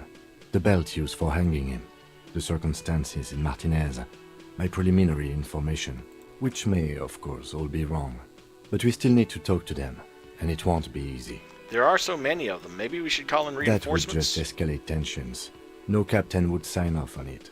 Solving one murder isn't worth a conflict between the RCM and the Debarders Union. In fact, even the death of 2 detectives might not warrant an all-out war. So let's keep a cool head, okay? He's not exaggerating about that mortal danger, just calmly factoring it in. Your fists clench and your pulse rises uncomfortably. One more thing before Let's we do. roll. We don't have to talk to them immediately. We can walk right past them, continue with our business. Yeah, streetwise. Zoom right past. Do it on your own terms. They're in no hurry to leave. They think they own the place. Anyway, I leave that choice to you. Whatever you decide is fine by me. Just a moment. She's agitated. And there's no public phones nearby? The closest phone booth is down the coast. Sorry for the inconvenience, ma'am. The cafeteria manager appears genuinely apologetic. It's fine, I understand. Thank you anyway. I'm glad to see you again, dear. Sorry, ma'am, I didn't mean to eavesdrop in your conversation. Tell me how I might make it up to you. Please don't trouble yourself about me, sweetie. I was just hoping to make a call, but the Whirling's phone line isn't working. The Union office probably has a phone, but I can't really get there. Or to the phone booth down the coast. And Gary's phone is dead too. Wait, what's wrong with the phone The line? manager was vague about it. Why would he be vague about phone problems? This is something to look into later. Ask God, maybe. Why did you need to use the phone To anyway? let the young woman who's house sitting for us know that we may be delayed. Morel, my husband, and our friend Gary were supposed to get back by Monday night, but they're still missing, and I haven't heard from them. I was also hoping she'd heard from Morel. Okay, I'll bite. Has your husband gone missing before? That's just it. This isn't like him at all. He always plans his expeditions so carefully. A cold breeze hisses through dense thickets of reeds. Something sweet in it, somnolent. A damp chill goes down your spine. When you look around, you're still in the whirling in rags. I see what you mean, Dyruger, but, of course you know that's just supposed to be shadows on his face. But you have more important things to worry about. So, what is this expedition your husband was on? Just some field work, sweetie. Morel is a highly trained scientist. He and his assistant Gary are studying an extremely rare species of insect. But they should have returned by now. They were just going down the coast across the water lock to set a few traps. He said they'd be back on Monday. What could be keeping them? That's true, too. The water lock. That was broken. Could this be it? Wait, who's this Gary person? Do you trust him? Oh, sweetie, it's nothing like that. Gary's as loyal as they come. I trust him with my husband's life any day. The water lock to the other side of the coast is broken. They're probably just stuck over there. Oh my. What happened to the water lock? I really don't know. Well, whatever the cause, I'm thankful. To both of you. You've spared me another sleepless night. You're welcome, ma'am. I hate to ask, but if your investigation takes you to the other side of the coast, which it will, please do keep an eye out for my husband. And if you see him, let him know Lena is waiting for him here at the Whirling. He gets so tangled up in his work that he may not know the water lock's been repaired. And it's cold out there. Oh, you're such a dear. Thank you, sweetie. Yeah, actually, you've hit on a point of debate about the game, because I have seen message boards where people are like, dude, it's not an RPG. In my opinion, yes it is. But I can see why it's more of a visual novel. There is a lot of dialogue in this game. Oh, yes. A zoologist. A cryptozoologist, to be more precise. It's a pseudoscience that attempts to legitimize research into mythological beasts and urban legends. The lieutenant sounds unimpressed. That's one opinion, yes. And people are entitled to their opinions. She's used to playing off such insults casually, but they still affect her. My apologies, ma'am. I did not mean to undermine your hobby. It's not a hobby, dear. It's a subfield of zoology, one specializing in animal species that are so exceedingly rare that many assume them to be extinct or even fictitious. Searching for such species called cryptids is difficult and often thankless, and frankly, many scientists are too lazy to do it. Universities these days are rarely interested in supporting real research. Tell me more about this rare insect your husband is looking for. Oh, sweetie, it's fascinating. But I shouldn't bore you with entomological minutiae. The lieutenant gives you a sideways glance. No, I want to hear about the insect. Well, it's a phasmid, technically, but where other phasmids imitate sticks or leaves, this one's a living reed. It disguises itself among the reeds here on the Insulindian coast. Hence its name, the Insulindian phasmid. Perhaps you'll end up co-discovering the phasmid with us, officers. She looks you in the eye and nods thoughtfully. There's a touch of awe in the way she enunciated the creature's name. I knew it. We're gonna be chasing made-up insects with cryptozoologists. It's not made up, officer. I can assure you. It's simply elusive, so much so that most establishment zoologists doubt it exists at all. Well, some teenagers making out in the reeds saw one. They didn't know what it was, of course, but there was a brief article in a local newspaper about their encounter with a ghost insect that looks like the reeds. Gary sent us the clipping. In regards to the GUI and general presentation and the art style, Planescape Torment was acknowledged as a heavy inspiration for this. In fact, Planescape Torment is the reason they chose the isometric graphic point of view. Interesting. Maybe the phasmid made the teenagers make out. Of course, most phasmid sightings turn out to be false alarms, but their description matched the Insulindian phasmid perfectly, and they didn't even know what they were looking at. Enthusiasm has wiped the worry from her face. Her eyes sparkle behind her glasses. I suppose I have something of a personal connection to the Insulindian phasmid. All scientists have their little hobby horses. So is it dangerous? Not at all. Why else would it hide itself so carefully? Is it valuable? Oh, I doubt it. No one gets into cryptozoology for the money, sweetie. Okay, what's so special about this then? Oh dear. I'm afraid I'm not explaining this very well.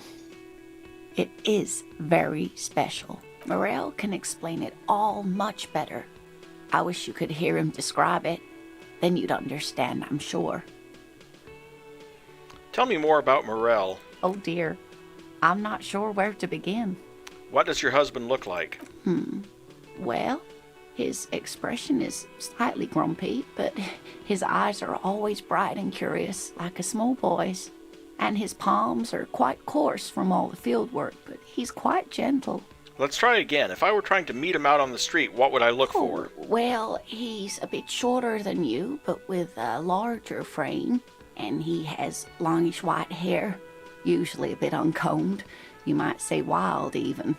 The lieutenant pulls out his notebook and begins jotting down the woman's description.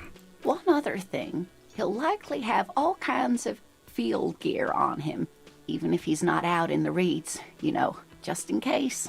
How long have you been married? We'll be celebrating our 16th anniversary this autumn. Not the most numerically satisfying anniversary, but I like the less obvious milestones even more somehow. How did the two of you meet? By a dating agency, I'm ashamed to say. I was looking to get back into the scene after recovering from my accident, and he'd just divorced. We hit it off, and, well, here we are. She's skipping over some important parts. Perhaps you'll find out more later. I think I have all the information I need. I hope I've been useful. That's all for now, ma'am. Mostly because I don't want to bug Lieutenant Kisaragi.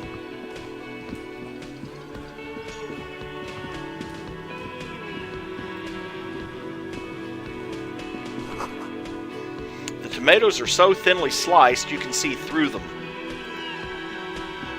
A thin man is smoking below an exhaust hood, occasionally sipping from his mug.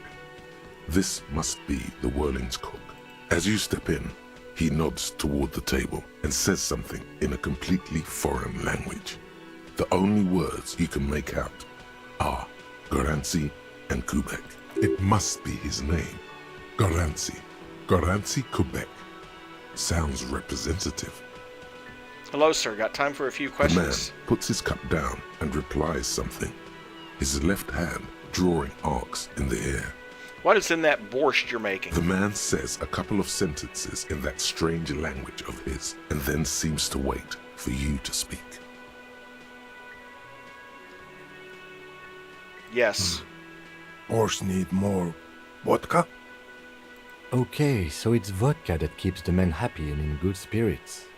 Clever move by the Union. Of course, vodka. Now that makes a very, very special borscht indeed. Turn it up and then ask for some yourself. Turning it up seems like a dangerous idea, honestly. The place is a powder keg. No vodka. The cook gives you a long, disappointed look, then turns the stove off and seems to wait for you to speak. You've got some impressive pots He there. smiles and bangs his ladle against each of his pots in turn. Leo says you're friends with Manana. Is that true? The mention of Manana gets his attention. He smiles and delivers a whole slew of unfamiliar words and lively gestures. Then he falls silent again. I don't think I need anything else. Stay masculine.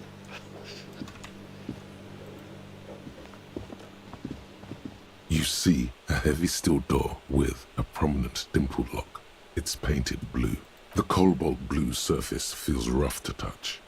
The stainless steel door is flush with its frame on every side. Old cobalt paint, rough on the fingers. 40, 50 years since this was painted, maybe. The door does not budge. You do? It's a door in the back of the kitchen.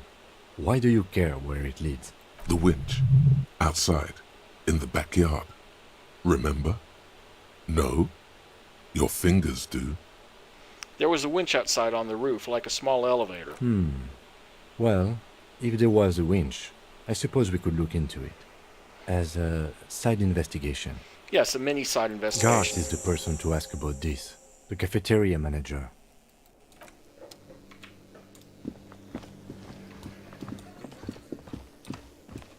Picking up more stuff, more tasks Can to I do. help you?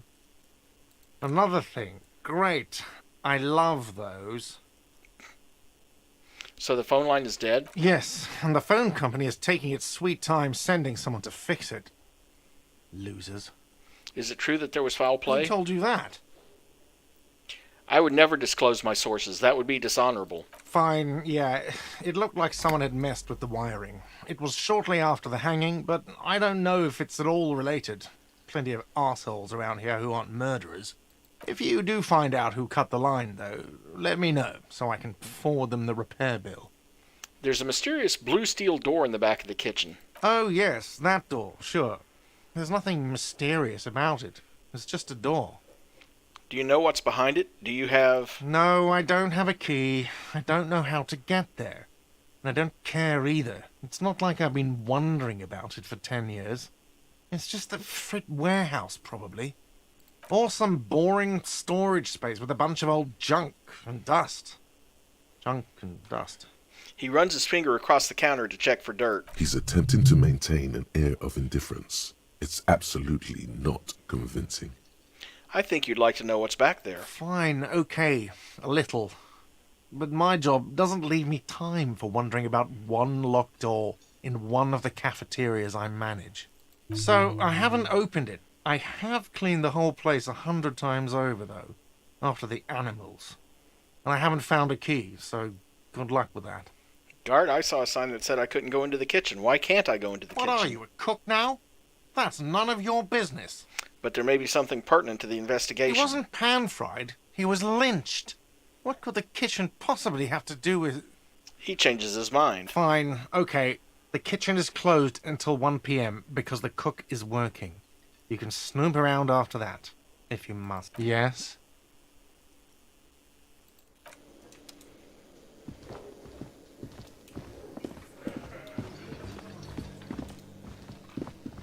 You see a heavy steel door with a prominent dimple. The door does not budge.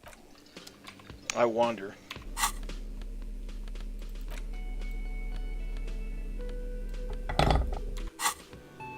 You see a heavy Nope.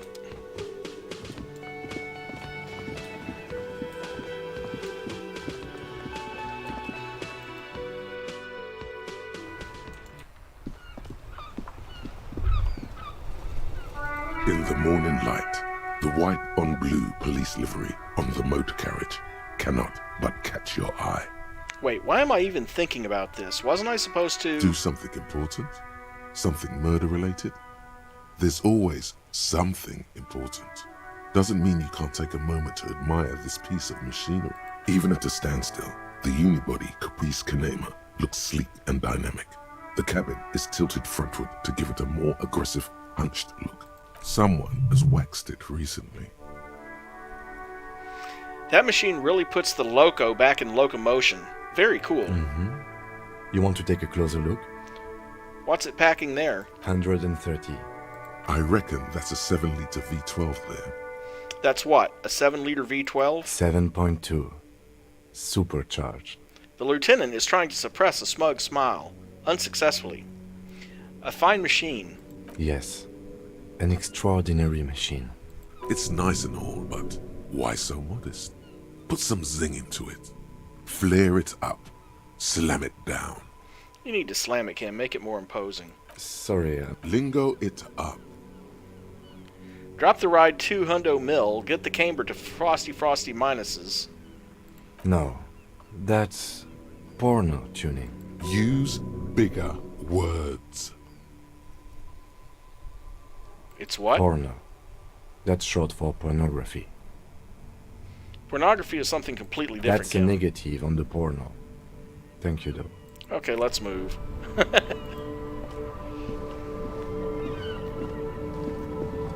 Inside, you see a set of steering levers, a radio microphone. Kim, how do I turn on the headlights? All right. Ready? I turn, you press start. The dashboard lights up with like a leopard waking from its sleep. Yawning.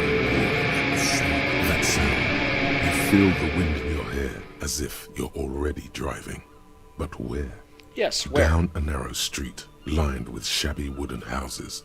The 881 motor tract, coiling like a serpent high above. Children play under the viaduct. Eyes turn to watch you as you pass. What's ahead? The Valley of Dogs, and before it, a familiar dome, like a ladybug without the colors.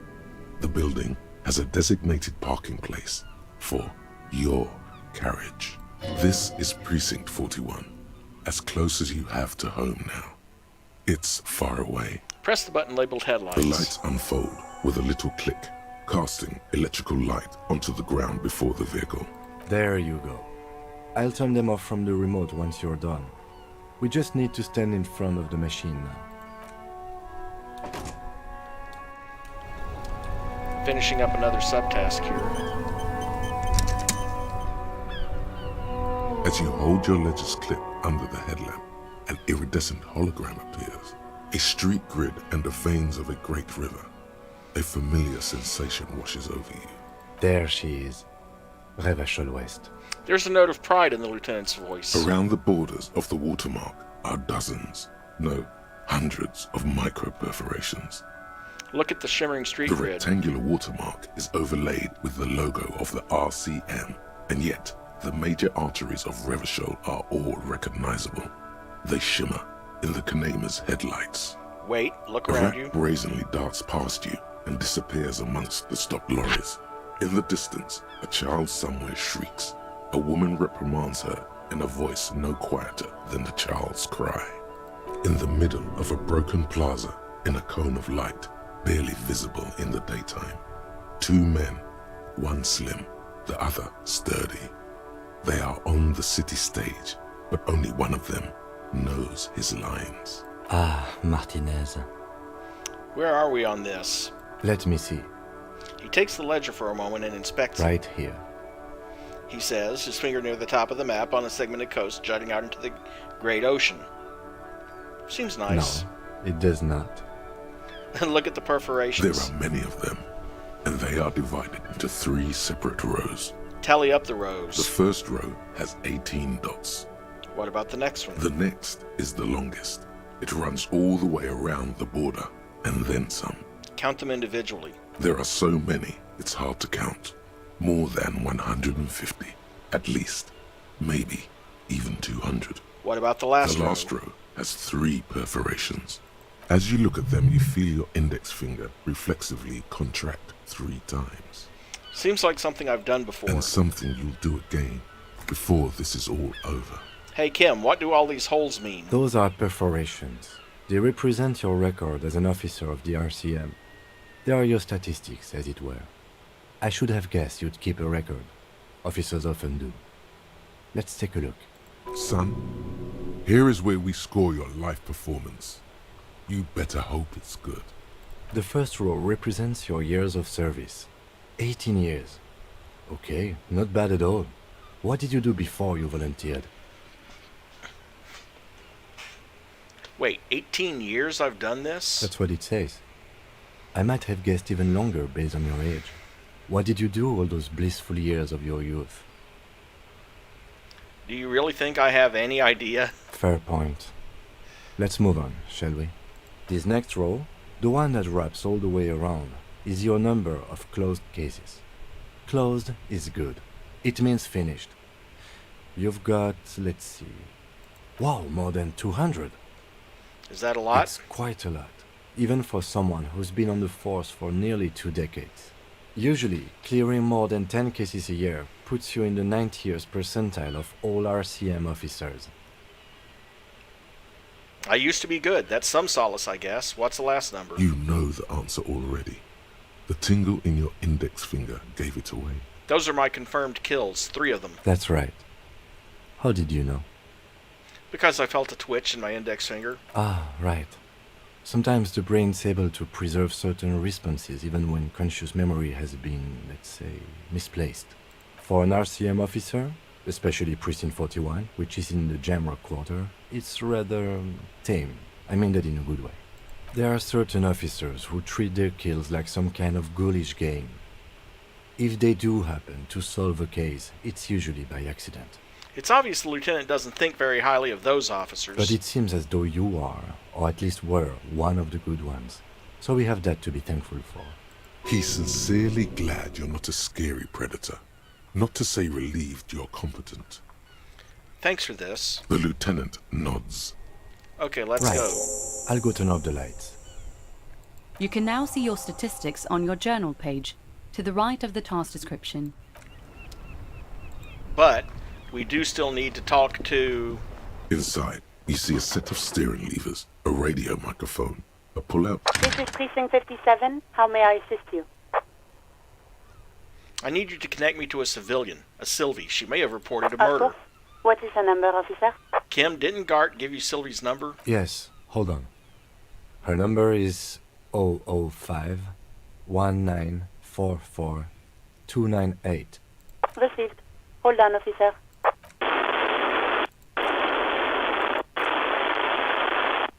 Start slapping a marching rhythm on your Give thighs. it a minute. She might be busy at the moment. Takes a bit to get to the phone. Breakthrough imminent on modes of taxation. Officer, I have Sylvie Malaika on the line for you. Yes, hello?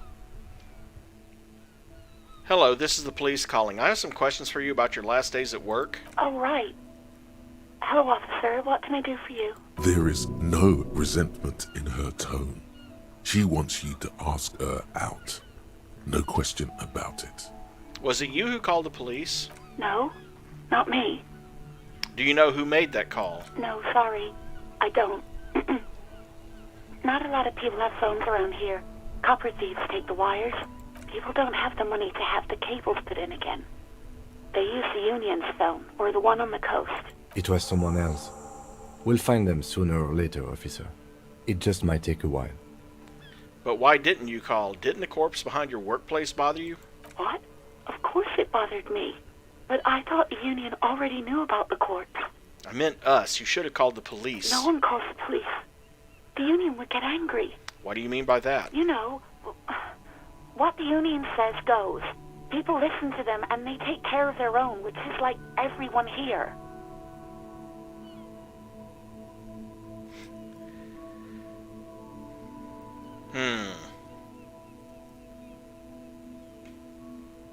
I am the authority around here. Okay. Tell me, why exactly did you let a corpse hang in your own backyard for weeks instead of calling us? I didn't want to get in trouble with the others. Push her further. Show her the error of her ways.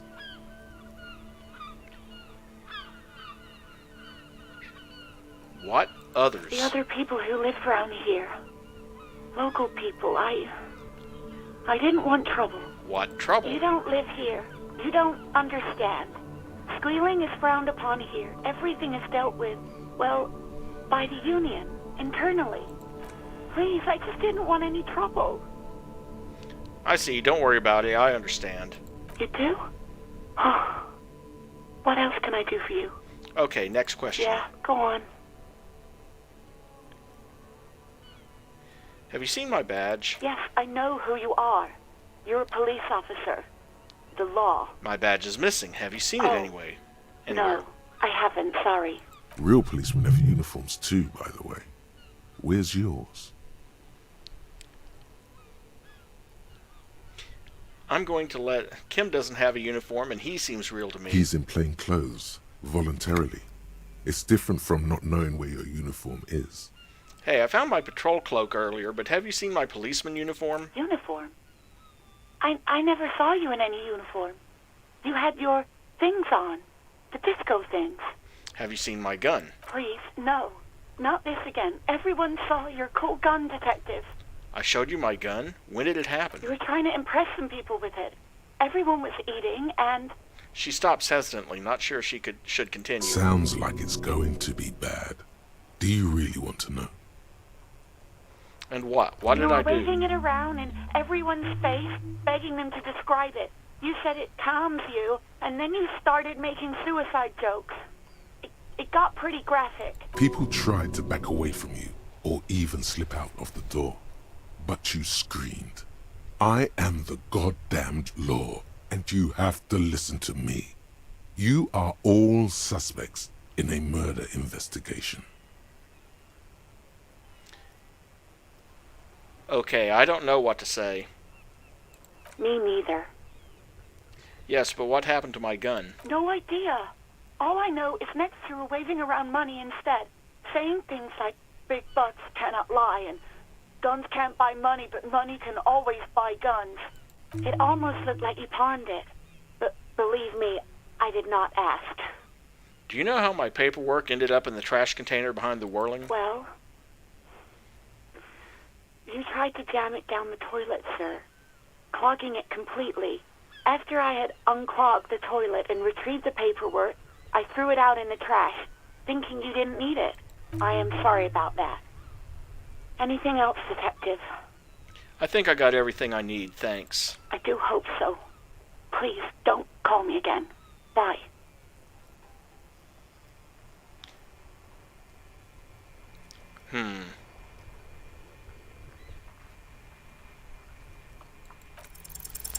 Yes, you have obviously done something to upset her at the Whirling in Rags, when she was still working there.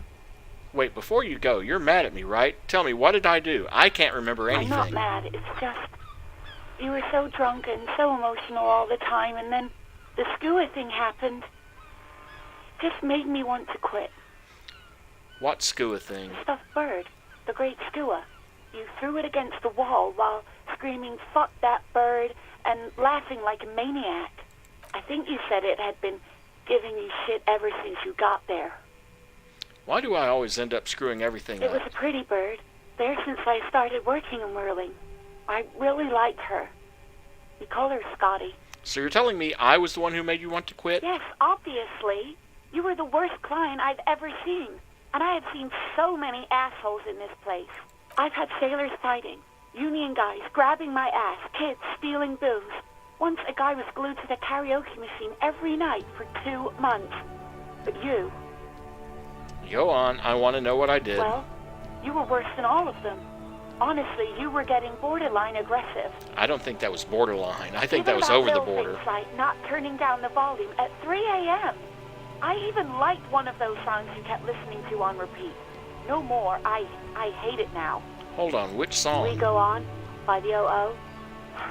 I can't listen to it anymore. You've turned it into a parody. Sorry. To hell with that song. Then there was your room. Your project. An experiment to see how bad it can get in there. I tried to send the cleaner, but you wouldn't let me. Threatened to make me understand. I had no idea what you meant, and I don't want to know. And then you screamed something about how you're a piece of shit human being, and why does anyone even let you work as a policeman? That you fired yourself, but you can't even do that. I'm sorry. And then I had to deal with your toilet. The one you clogged with police documents, causing water damage downstairs in the kitchen. I won't even mention you waving your gun around, harassing customers, threatening to sing karaoke, threatening to kill yourself. I love that. Threatening to sing karaoke. No, you really weren't. You were simply the worst. God, I knew I shouldn't have brought it up. Just try not to call me again, and let's pretend it never happened. What else did I sing beside the O-O? Oh, all sorts of things. From disco, rock too. So much disco and rock. Maybe you can help me identify this one particular Which song. one would that be? One that was really sad. I think the one you mean is the smallest church in San Sanj. Richard, that right up. Her voice carries a tone of disappointment. Interesting. You still have to find it, however. Right. Thank you for talking with me. Take care. You hear a sigh of relief on the other end of the radio. Wordless, the call breaks. Then, the already familiar voice. Anything else I can help you with, officer? I'm done with the radio for now. 57's over and out. In the cabin, you see a set of Okay, we've spoken to her now. Hey, so we've been monitoring you internally, and now we know your Copo type. Wait, there are Kappa types? Yes. Guess what's yours? I'm sorry you had to monitor me. Just for the length of this short demonstration, please say something that isn't, "I'm sorry." Guess. What is it? Some kind of weapon cop? No, you're the sorry cop. The cop who's sorriest. Let's make it official then, shall we? Okay, but what are the other Kappa types? You know, Apocalypse, Superstellar, the advanced interesting cop, Liquid Shadow cop. But you're too sorry to say those things. So, here we go? Won't the other Kappa types be jealous? What? Jealous of the sorry cop? I think they'll be fine. They'll be super fine. It'll be totally okay. You can dual Copo type from sorry to anything.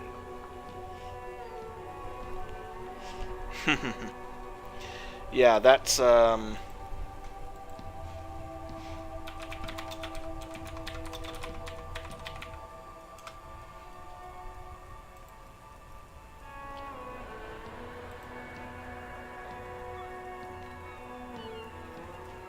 That unlocks the rigorous self-critique, which when it's complete, certain fail checks heal health or morale, and the learning cap for the pain threshold is raised to 6, which is not horrible.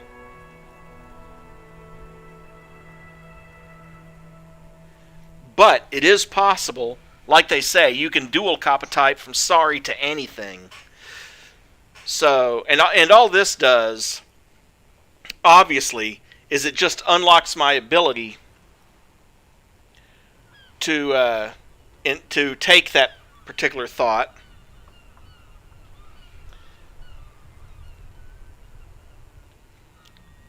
so I can and I've already chosen the Hobocop thought, so yeah, okay. Of course you are. It's okay. See if you can get something out of this, like info, or maybe every time you say you're sorry, you get $1 million. That won't happen. Indirect modes of taxation.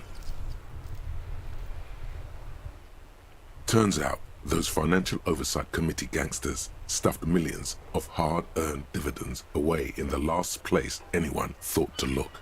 The hearts and minds of everyday Rivisholians. You need to spread that deregulation gospel to the people. Tell them about that foreign fair tax. Preach that 98% gross burden. Preach it, preacher man. Set the brothers free. Taxes are racist. Ultra-liberal dialogue options give +1 real, -1 empathy. Thinks he's a hustler or something. But that's the reason why I specifically increased my empathy to keep it where it is. Normally I wouldn't spend any points on empathy at this point, because this character is primarily meant to be a physical one.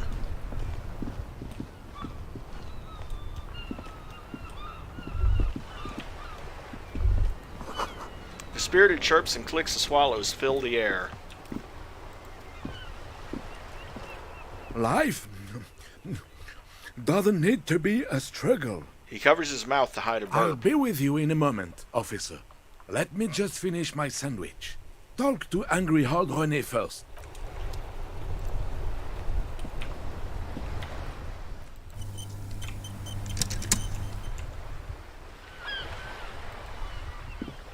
Have you no shame? Whining about your back every time you bring out the measuring tape. René, you're a man with a fork in a world of soup. Please, let's just try to enjoy the game, all right? This one's still chewing on his sandwich. Look, in his hand, going into his mouth. The sandwich. It's hauntingly beautiful. I'm trying to, but you keep breaking my concentration. You're old. I can see that. We're both old. Now stop grabbing your ass like it's a girl. These manly men are playing balls. This is a ball game. Grab a ball and play it. Don't ask questions. Shoot first. Ask questions never. Shouldn't I ask what game it is first? No, you got this. There's the ball. You're the game. Yeah, but if you do that, you throw the ball in the river, and you end up having to replace it for them. So... See? Your munching and complaining have ruined my concentration. The man throws a metal ball towards a smaller wooden ball in the sand, missing it by a meter. Could the objective of the game be to throw the metal ball so it lands by the wooden ball? Ah, mon Dieu. The pain in my back is unbearable. I can't even say if it's in my back or hip anymore. Feels like it's in both. He tries to measure the throw. I hope you pass out from it, you goddamn jellyfish. Men like you are the reason this nation is sinking. Standing tall and proud, he looks at his partner with disgust. Shush. Ignore them. They don't know what they're doing. They're old. You are letting down yourself and the team. Get in the damn game already. Wait, what team? Doesn't matter what team. Pick a team. Any team. The blue team. You're letting them down. Get in the game and throw the goddamn ball. Why are you so mean to me? Eyes on the ball, Dinky Winky. Well, I've already completed Better Observe It First. Sure, officer. I am René Arnoux, and my specially abled partner here is Gaston Martin. How can we help you? Renee, I found your guard booth. Yes. The Debardeurs Union pays me to stand vigil during the night. Not out of any political allegiance, mind you. I'm an old man. Don't sleep more than a few hours every night anyway, and money is tight.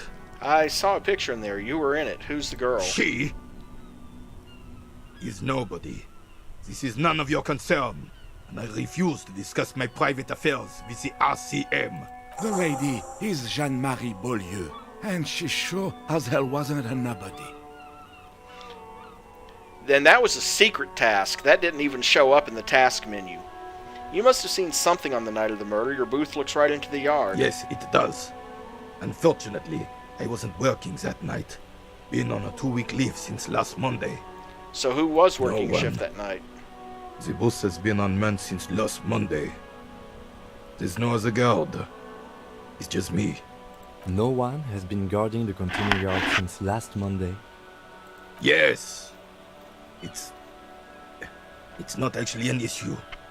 I mean... Look, officer. The container yard doesn't actually need a guardsman. Never had one before, René.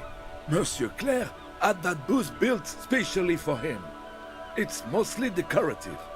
So it doesn't matter if you're there or not? The possibility of someone being in there is enough to discourage any ill-minded individuals. He tries to argue. Evrard created this job for René because he knows the Royal Carabiniers' pension of honor and PTSD isn't something a man can live off. A decorated Kingsman collecting tear reflects bad on the whole neighborhood. His words.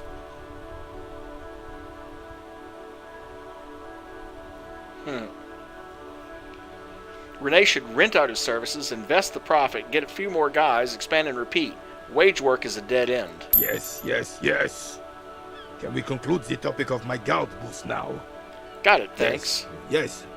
Like I said, it would be up anyway, so might as well keep an eye out. It keeps my senses sharp. Do you know anything about the man hanged in the backyard of Whirling in Rags? Unfortunately, I don't. Unlike most of the locals, I have no qualms about assisting law enforcement, but this affair has passed me by completely.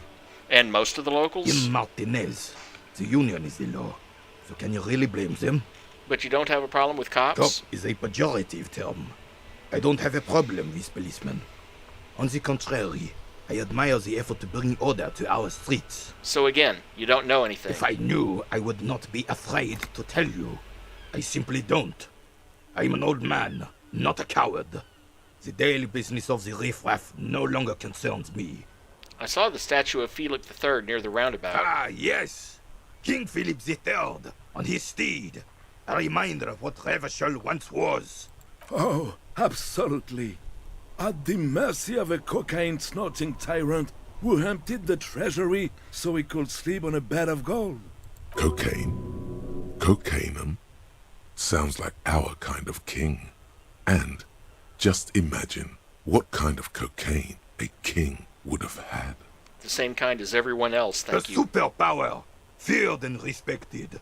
A testament to what this country can be under the leadership of a true king. Someone who knows how to rule. How should a true king rule? Decisively, without fear of offending the sensibilities of the frail and weak-minded among his subjects. This is something the insurgents never understood. Seems to me a leader should take care of his people before himself. Elysium is only as strong as its leader. That's why it was such madness to try to... Don't get started on that again. What happened, happened. There is some weariness in his voice now. He's heard this rant many times The before. Carabinier doesn't reply, but his entire being communicates unbreakable resolve. Let's talk about something else. You seem to be playing in a crater. Yes. The terrain here provides an interesting variety to a familiar game. Does it have anything to do with all the bullet holes I've been seeing? Yes. It was left by heavy artillery fire. Heavy artillery fire, you say? That's the best kind of artillery fire. Very interesting. Okay, it's a crater left by artillery fire, but why? Why what? Why was heavy artillery used? Because that's what happens when communists hijack your country, execute your supreme leadership, and turn your capital into a slaughterhouse. You use heavy ordnance to clean up your home. Did you use artillery fire against them? Sadly, no. It was the foreigners who brought them to their knees. We fought valiantly. Too valiantly. So valiantly we got licked.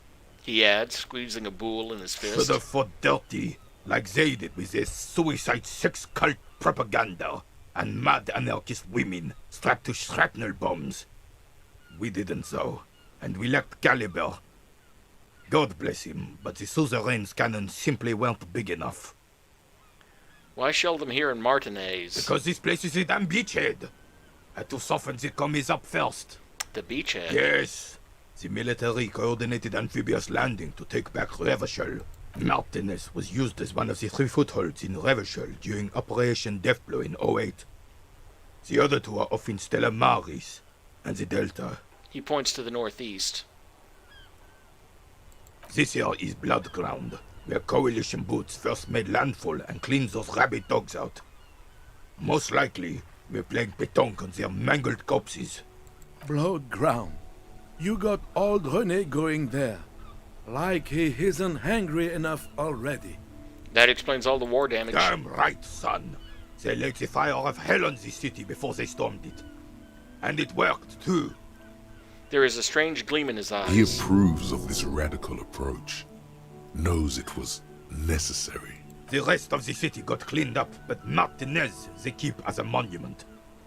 And now the Union Socialists are practically running the place. Well, it's your own damn fault. You, we, the coalition, Revachol, whoever you want to blame, never finished the job. Officially, the party never surrendered. Of course they still hold influence. You don't even begin to truly understand the players on the table, let alone the specific circumstances surrounding the... What do you think?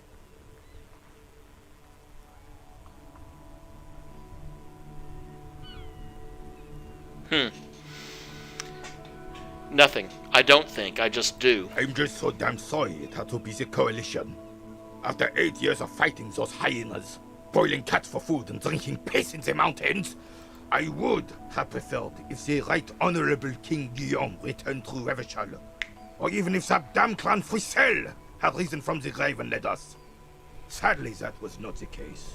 Instead, all that is just, holy, and beautiful in the world was wiped away, and now it's neon signs with toothpaste ads everywhere.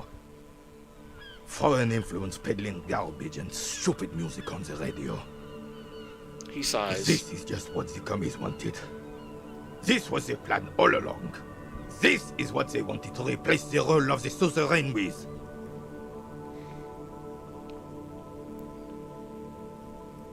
You mentioned Guillaume? A true king in both blood and mind. Led Revachol before Frisel. He would have been better, but the damn commies drove him into exile. Not what I've heard. Wait, Joyce said William ran, and his nephew, Frizzle, was shot in his place. Commies didn't drive Guillaume out. He left when things got bad and left Frizzle to take the hit. Communard propaganda. Guillaume would never do something like that. He is Le Lion. Who is this Frisel? He was the king we couldn't protect. The Carabineers failed him, and the crown. He died in the hands of the Hyperlay, in a very public execution. He slouches as he says that. It makes him smaller, admitting they left the king to the mob. What exactly is a suzerain? Suzerain is the king! Has everyone forgotten already? They've forgotten already. It's no use talking to you. You were still in Daddy's balls when it happened. When we took our last stand against the filth and rode the cavalry straight into gunfire. And that is where I'm going to leave it because we are past the 4-hour mark. We might try to figure out what made him so proud in the next session, which will be next Monday. Again, a quick reminder for anyone new that's watching this, if you want to support what I'm doing, Don't forget to like and subscribe, and maybe click that notification bell. And I want to thank everyone for coming. I really appreciate all your support, and have a great rest of your